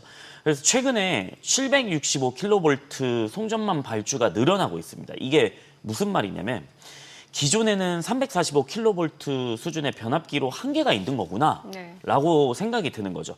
그래서 전력 수요가 굉장히 크다라고 지금 생각을 하고 있는 거고요. 그래서 과거의 노후 변압기랑 공급 부족 해소가 핵심이었다면은 이제는 신규 전력 수요를 연결하기 위한 송전망 확장까지 투자 범위가 좀 넓어지고 있다라는 겁니다. 네. 그래서 여기서는 뭐가 있냐? 효성중공업이 있죠. 왜냐? 뭐 아시아나 한국에서는 최초 개발을 했으니까. 그래서 765kV 발주는 변압기 한 대의 수요가 아니라 뭐 변압기라든지 변압기 있으면 또 못 깔아야 돼요? 전선 깔아야 되죠. 네네. 전선 있으면 또 뭐 있어야 돼요? 변전소 있어야 되죠. 이게 하나의 패키지로 동반을 하는 거죠. 자, 그러면은 프로젝트당 수주 금액이 한 번에 확대된다라고 저희는 보고 있고요. 자, 두 번째는 저희가 데이터 센터 접속 설비입니다. 자, 데이터 센터 접속 설비는 외부 송전망에서 공급되는 전력을 데이터 센터로 받아들이고 제어하는 역할을 하거든요. 그래서 송전망에서 들어온 전압을 데이터 센터가 활용할 수 있게. 왜냐하면 765kV 바로 쏴버리면 다 고장 나잖아요. 네, 이거 다 고장 나잖아요. 그러니까. 우리도 지금 뭐 한국전력이나 네. 어디서 뭐 발전소에서 지금 이 건물에 있는 전기를 굉장히 큰 어떻게 보면은 큰 송전망으로 가져오지만 일꾼 등건 뭐예요? 220V잖아요. 글쎄, 예. 네, 이거를 변화시켜줘야 예, 되는 예. 거거든요. 예. 그래서 사고 발생 시에 전력을 즉시 차단할 수 있어야 되고 전기를 각 서버랑 설비로 분배를 해야 됩니다. 그래서 AI 데이터 센터는 일반 데이터 센터보다 더 크겠죠. 왜냐하면 더 복잡하니까. 그래서 단계적으로 증설되기 때문에 프로젝트별로 발주가 될 가능성이 높다라고 생각을 하고 있고요. 자, 세 번째는 데이터 센터 내부 전력 인프라입니다. 그래서 AI 서버가 이제 어떻게 보면 전력 소비가 좀 증가를 하면서 내부 전력 소비도 좀 증가하는 추세입니다. 그래서 하나의 AI 서버의 전력 밀도는 기존 데이터 센터 5에서 20kWh 수준이었다고 하면은 지금은 50에서 100kWh 수준이거든요. 그래서 변압기, 배전반, 차단기가 함께 확대되고 있습니다. 우리도 지금 여기 건물 보시면 220V 있지만 뭐 변압기, 차단기도 어디 있을 거예요. 찾아보면은 저도 아까 들어오다 보니까 저기 차단기 있더라고요. 네. 이게 같이 증가를 하는 거죠. 네, 쉽게 설명드리려고. 네. 네, 그래서 서버 용량을 단계적으로 증설하는 경우가 많기 때문에 이 증설 단계당 전력 설비 반복 발주 가능성이 굉장히 높을 것이다라고 생각을 하고 있고요. 자, 네 번째는 뭐냐면 온사이트 발전입니다. 이게 개통 접속 지연이 장기화되면서 이제 데이터 센터 개발 업체들의 온사이트 발전 기대도 좀 높아지고 있거든요. 자, 온사이트 발전이 현장에서 바로 발전을 한다고? 많습니다. 네. 네, 그래서 이게 우리나라에서 수혜받은 게 뭐예요? 두산 에너빌리티가 있죠. 가스터빈. 예. 네, 가스터빈 만드는 게 쉽지는 않으니까 네네. 뭐 GE라든지 뭐 아니면 두산 에너빌리티 가스터빈 만드는 업체들이 뭐 배에 있는 엔진 떼다가 지금 AI 데이터 센터 돌린다고 얘기가 나올 정도잖아요. 글쎄, 지금. 그 정도까지. 그래서 예.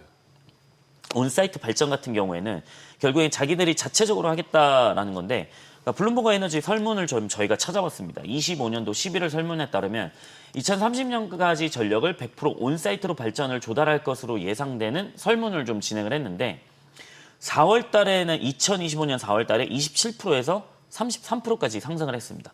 그리고 35년 전망치가 원래는 36%였는데 44%가 상승을 했습니다. 자, 그러면은 데이터 센터 사업자가 가스터빈, 연료전지, 뭐 우리나라 치면 또 뭐 있었죠? 미국에서는 블룸에너지 있었죠. 우리나라에서는 비나텍 있었죠. 주가 좋았잖아요. 예. 이런 연료전지에 대한 발전 설비를 자체 구축하겠다라는 것이 핵심이었고요. 그렇기 때문에 데이터 센터가 사용하는 온사이트로 발전을 한다라는 거는 뭐 예를 들어서 미국으로 치면은 뭐 한국전력이라는 게 없기 때문에 뭐 넥스테라나 듀크 에너지 뭐 이런 송전망에서 받아오는 것이 아니라 데이터 센터 부지 내에서 자체 발전을 하겠다라고 하는 것이죠. 그렇기 때문에 여기에 대해서도 변압기, 차단기, 배전반, 전선에 대한 추가 발주 가능성도 높아질 것으로 예상을 하고 있다라고 저희는 생각을 하고 있고요. 자, 그러면은 핵심적으로 이런 북미 초고압 송전에 대한 거를 뭘 봐야 되냐? 첫 번째는 말씀드렸다시피 765kV, 두 번째는 접속 설비, 그다음에 내부 전력 인프라, 그다음에 온사이트 발전 이렇게 좀 봐야 되는데 저희가 봤을 때는 이제 효성중공업하고 그다음에 가온전선을 좀 아하. 탑픽 기업으로 선정을 했습니다. 왜 그러냐면 효성중공업 같은 경우에는 765kV 초고압 변압기를 국내랑 아시아에 최초 개발을 했습니다. 그래서 최근에 AI 데이터 센터 확산에 따른 대규모 전력 수요, 그다음에 초고압 손전망 투자 확대에 따른 직접적인 수혜를 받을 것이라고 생각을 하고 있고요. 올해 1분기 중공업 부문 신규 수주가 4.2조 원 정도인데 기존 연간 수주 가이던스의 50%를 달성했습니다. 조기 달성했죠. 그래서 수주 잔고도 역대 최고 수준입니다. 그래서 미국 향이 전체 50% 이상입니다. 그래서 중장기 실적에 대한 가시성이 좀 높아졌다라고 생각을 하고 있고요. 765kV 프로젝트 수주 발주 계속 나오면은 결국에 연간 수주 가이던스는 더 상향된 가능성이 높다라고 저희가 생각을 하고 있고요. 자, 그러면은 변압기부터 차단기, 그다음에 북미 현지에 대한 패키지 공급이 본격화될 가능성이 높다라고 생각을 하고 있는데, 그러니까 효성중공업이 멤피스 변압기 공장을 좀 갖고 있습니다. 그래서 생산 거점 확보를 통해 가지고 여기서 현지 조달을 하겠다라고 하는 건데, 자회사 효성하이코가 있습니다. 그래서 미국 대형 전력 인프라 업체인 그 퀀타의 자회사와 합작을 해가지고 효성하이코를 설립을 했습니다. 그래서 26년 10월부터 펜실베니아 캐논스버그 공장에서 72.5에서 800kV급 가스 전열 차단기를 생산할 계획을 갖고 있습니다. 그래서 765kV 변압기랑 800kV 차단기까지 같이 들어갈 가능성이 높은 거죠. 그래서 수주 잔고는 결국에는 같이 들어가기 때문에 패키지로 수주 잔고는 더 높아질 가능성이 높다라고 생각을 하고 있고요. 자, 두 번째 가온전선 같은 경우에는 여기는 이제 빅테크 2개 업체의 선택을 받았다라고 보시면 될 것 같은데, 여기가 이제 LS그룹 시너지를 좀 받을 가능성이 높거든요. 왜냐하면 LS그룹 편입이 됐기 때문에. 그래서 LS전선이 보유하던 생산법인 LSCUS 지분을 인수해서 연결 자회사로 편입을 했고요. 그래서 동사는 외부 전력망용 케이블하고 데이터 센터 내부 배전용 버스덕트까지 공급 가능한 포트폴리오를 좀 갖고 있습니다. 그래서 버스덕트가 뭐냐면 데이터 센터 내부에서 사용 대용량 전력을 냉각 설비랑 뭐 핵심 설비로 쭉쭉쭉쭉 분배하는 거거든요. 그래서 글로벌 빅테크 2개사를 확보를 했고요. 그래서 데이터 센터 배전 시장에 본격 진입을 했습니다. 그래서 A사가 있고 B사가 있습니다. 그래서 A사라고 B사로 표현을 해야 되는데 A사는 3년 계약 누적 공급 규모 1조 원 이상 확대될 것으로 예상을 하고 있고요. B사 같은 경우는 5년 계약입니다. 그래서 2030년까지 최대 4조 원 규모 잠재 발주 기반을 확보를 했습니다. 그래서 미국 현지 캐파가 2배 확대되는 경우에는 지금 굉장히 1차 라인 물량은 대부분 이미 예약이 되어 있고 약 2억 달러에 달하기 때문에 현지 생산 확대에 따른 납기 단축, 리드 타임이 짧아지는 거죠. 그래서 고객 대응력 강화도 이루어질 수 있기 때문에 수주 경쟁력은 빅테크 2개사에 대한 경쟁력 확보가 충분히 가능하다라고 말씀을 드리도록 하겠습니다.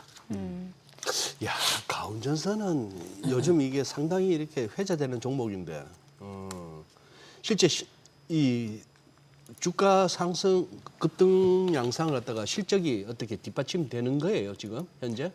지금 수주 잔고를 봤을 수주 때는 잔고? 네, 지금 가온전선이 5조가 좀 넘어가는 수준에서 지금 영업이익은 좀 낮기는 합니다. 근데 지금 수주 잔고가 계속 이루어질 근데 제가 봤을 때는 지금 빅테크 업체는 아까 CSP 말씀드렸잖아요. 네. 빅테크 4사. 예.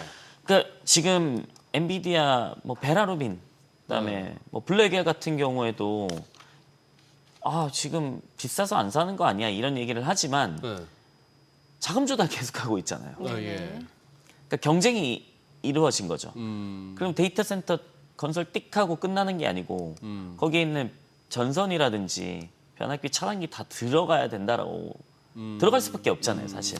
그렇기 때문에 미래에 대한 성장 가능성을 봤을 때는 충분히 실적에 대한 걸로 연결될 수 있다라는 부분으로 좀 말씀드리도록 하겠습니다. 약간 저기 AS 차원에서 우리 한수석 얼마 전에 제철주 한번 소개하셨잖아요. 그 이후에 조금 주가 흐름은 부진한데 현 단계에서는 어떻게 판단하면 좋을까요?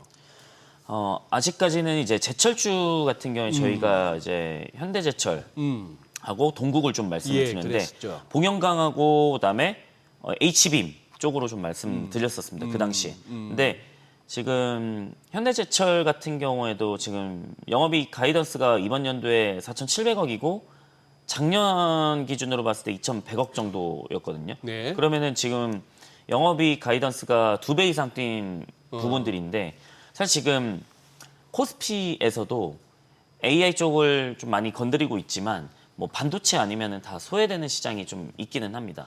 네. 조금 그 말씀은 이렇게 실적이나 펀더멘털에 비해서 좀 억울하다 이렇게 봐도 되죠. 그렇죠. 하도 지금 쏠리니까 반도체로. 그러니까 다 지금 전자닉스만 사는 시장이다 예. 보니까 지금 다른 걸 쳐다보지 않고 있는 부분들이 좀 있는 거죠. 그렇기 때문에 뭐 사실 증권주 같은 경우에도 지금 브로커리지 수수료만 보더라도 굉장히 높아질 가능성이 있거든요. 예. 글쎄. 왜냐하면 1분기, 2분기만 하더라도 거래 금액이 상당히 높아졌기 네, 때문에 네. 근데 사실 증권주 같은 경우에도 많이 빠졌거든요. 그렇기 때문에 그런 부분들이 지금 코스피에서도 어떻게 보면 산업마다 좀 쏠림 현상들이 있기 때문에 너무 걱정은 안 하셨으면 좋겠다라고 말씀을 좀 드리도록 하겠습니다. 네, 오늘 예. 내용 여기까지 듣겠습니다. 잘 네, 들었습니다. 고맙습니다.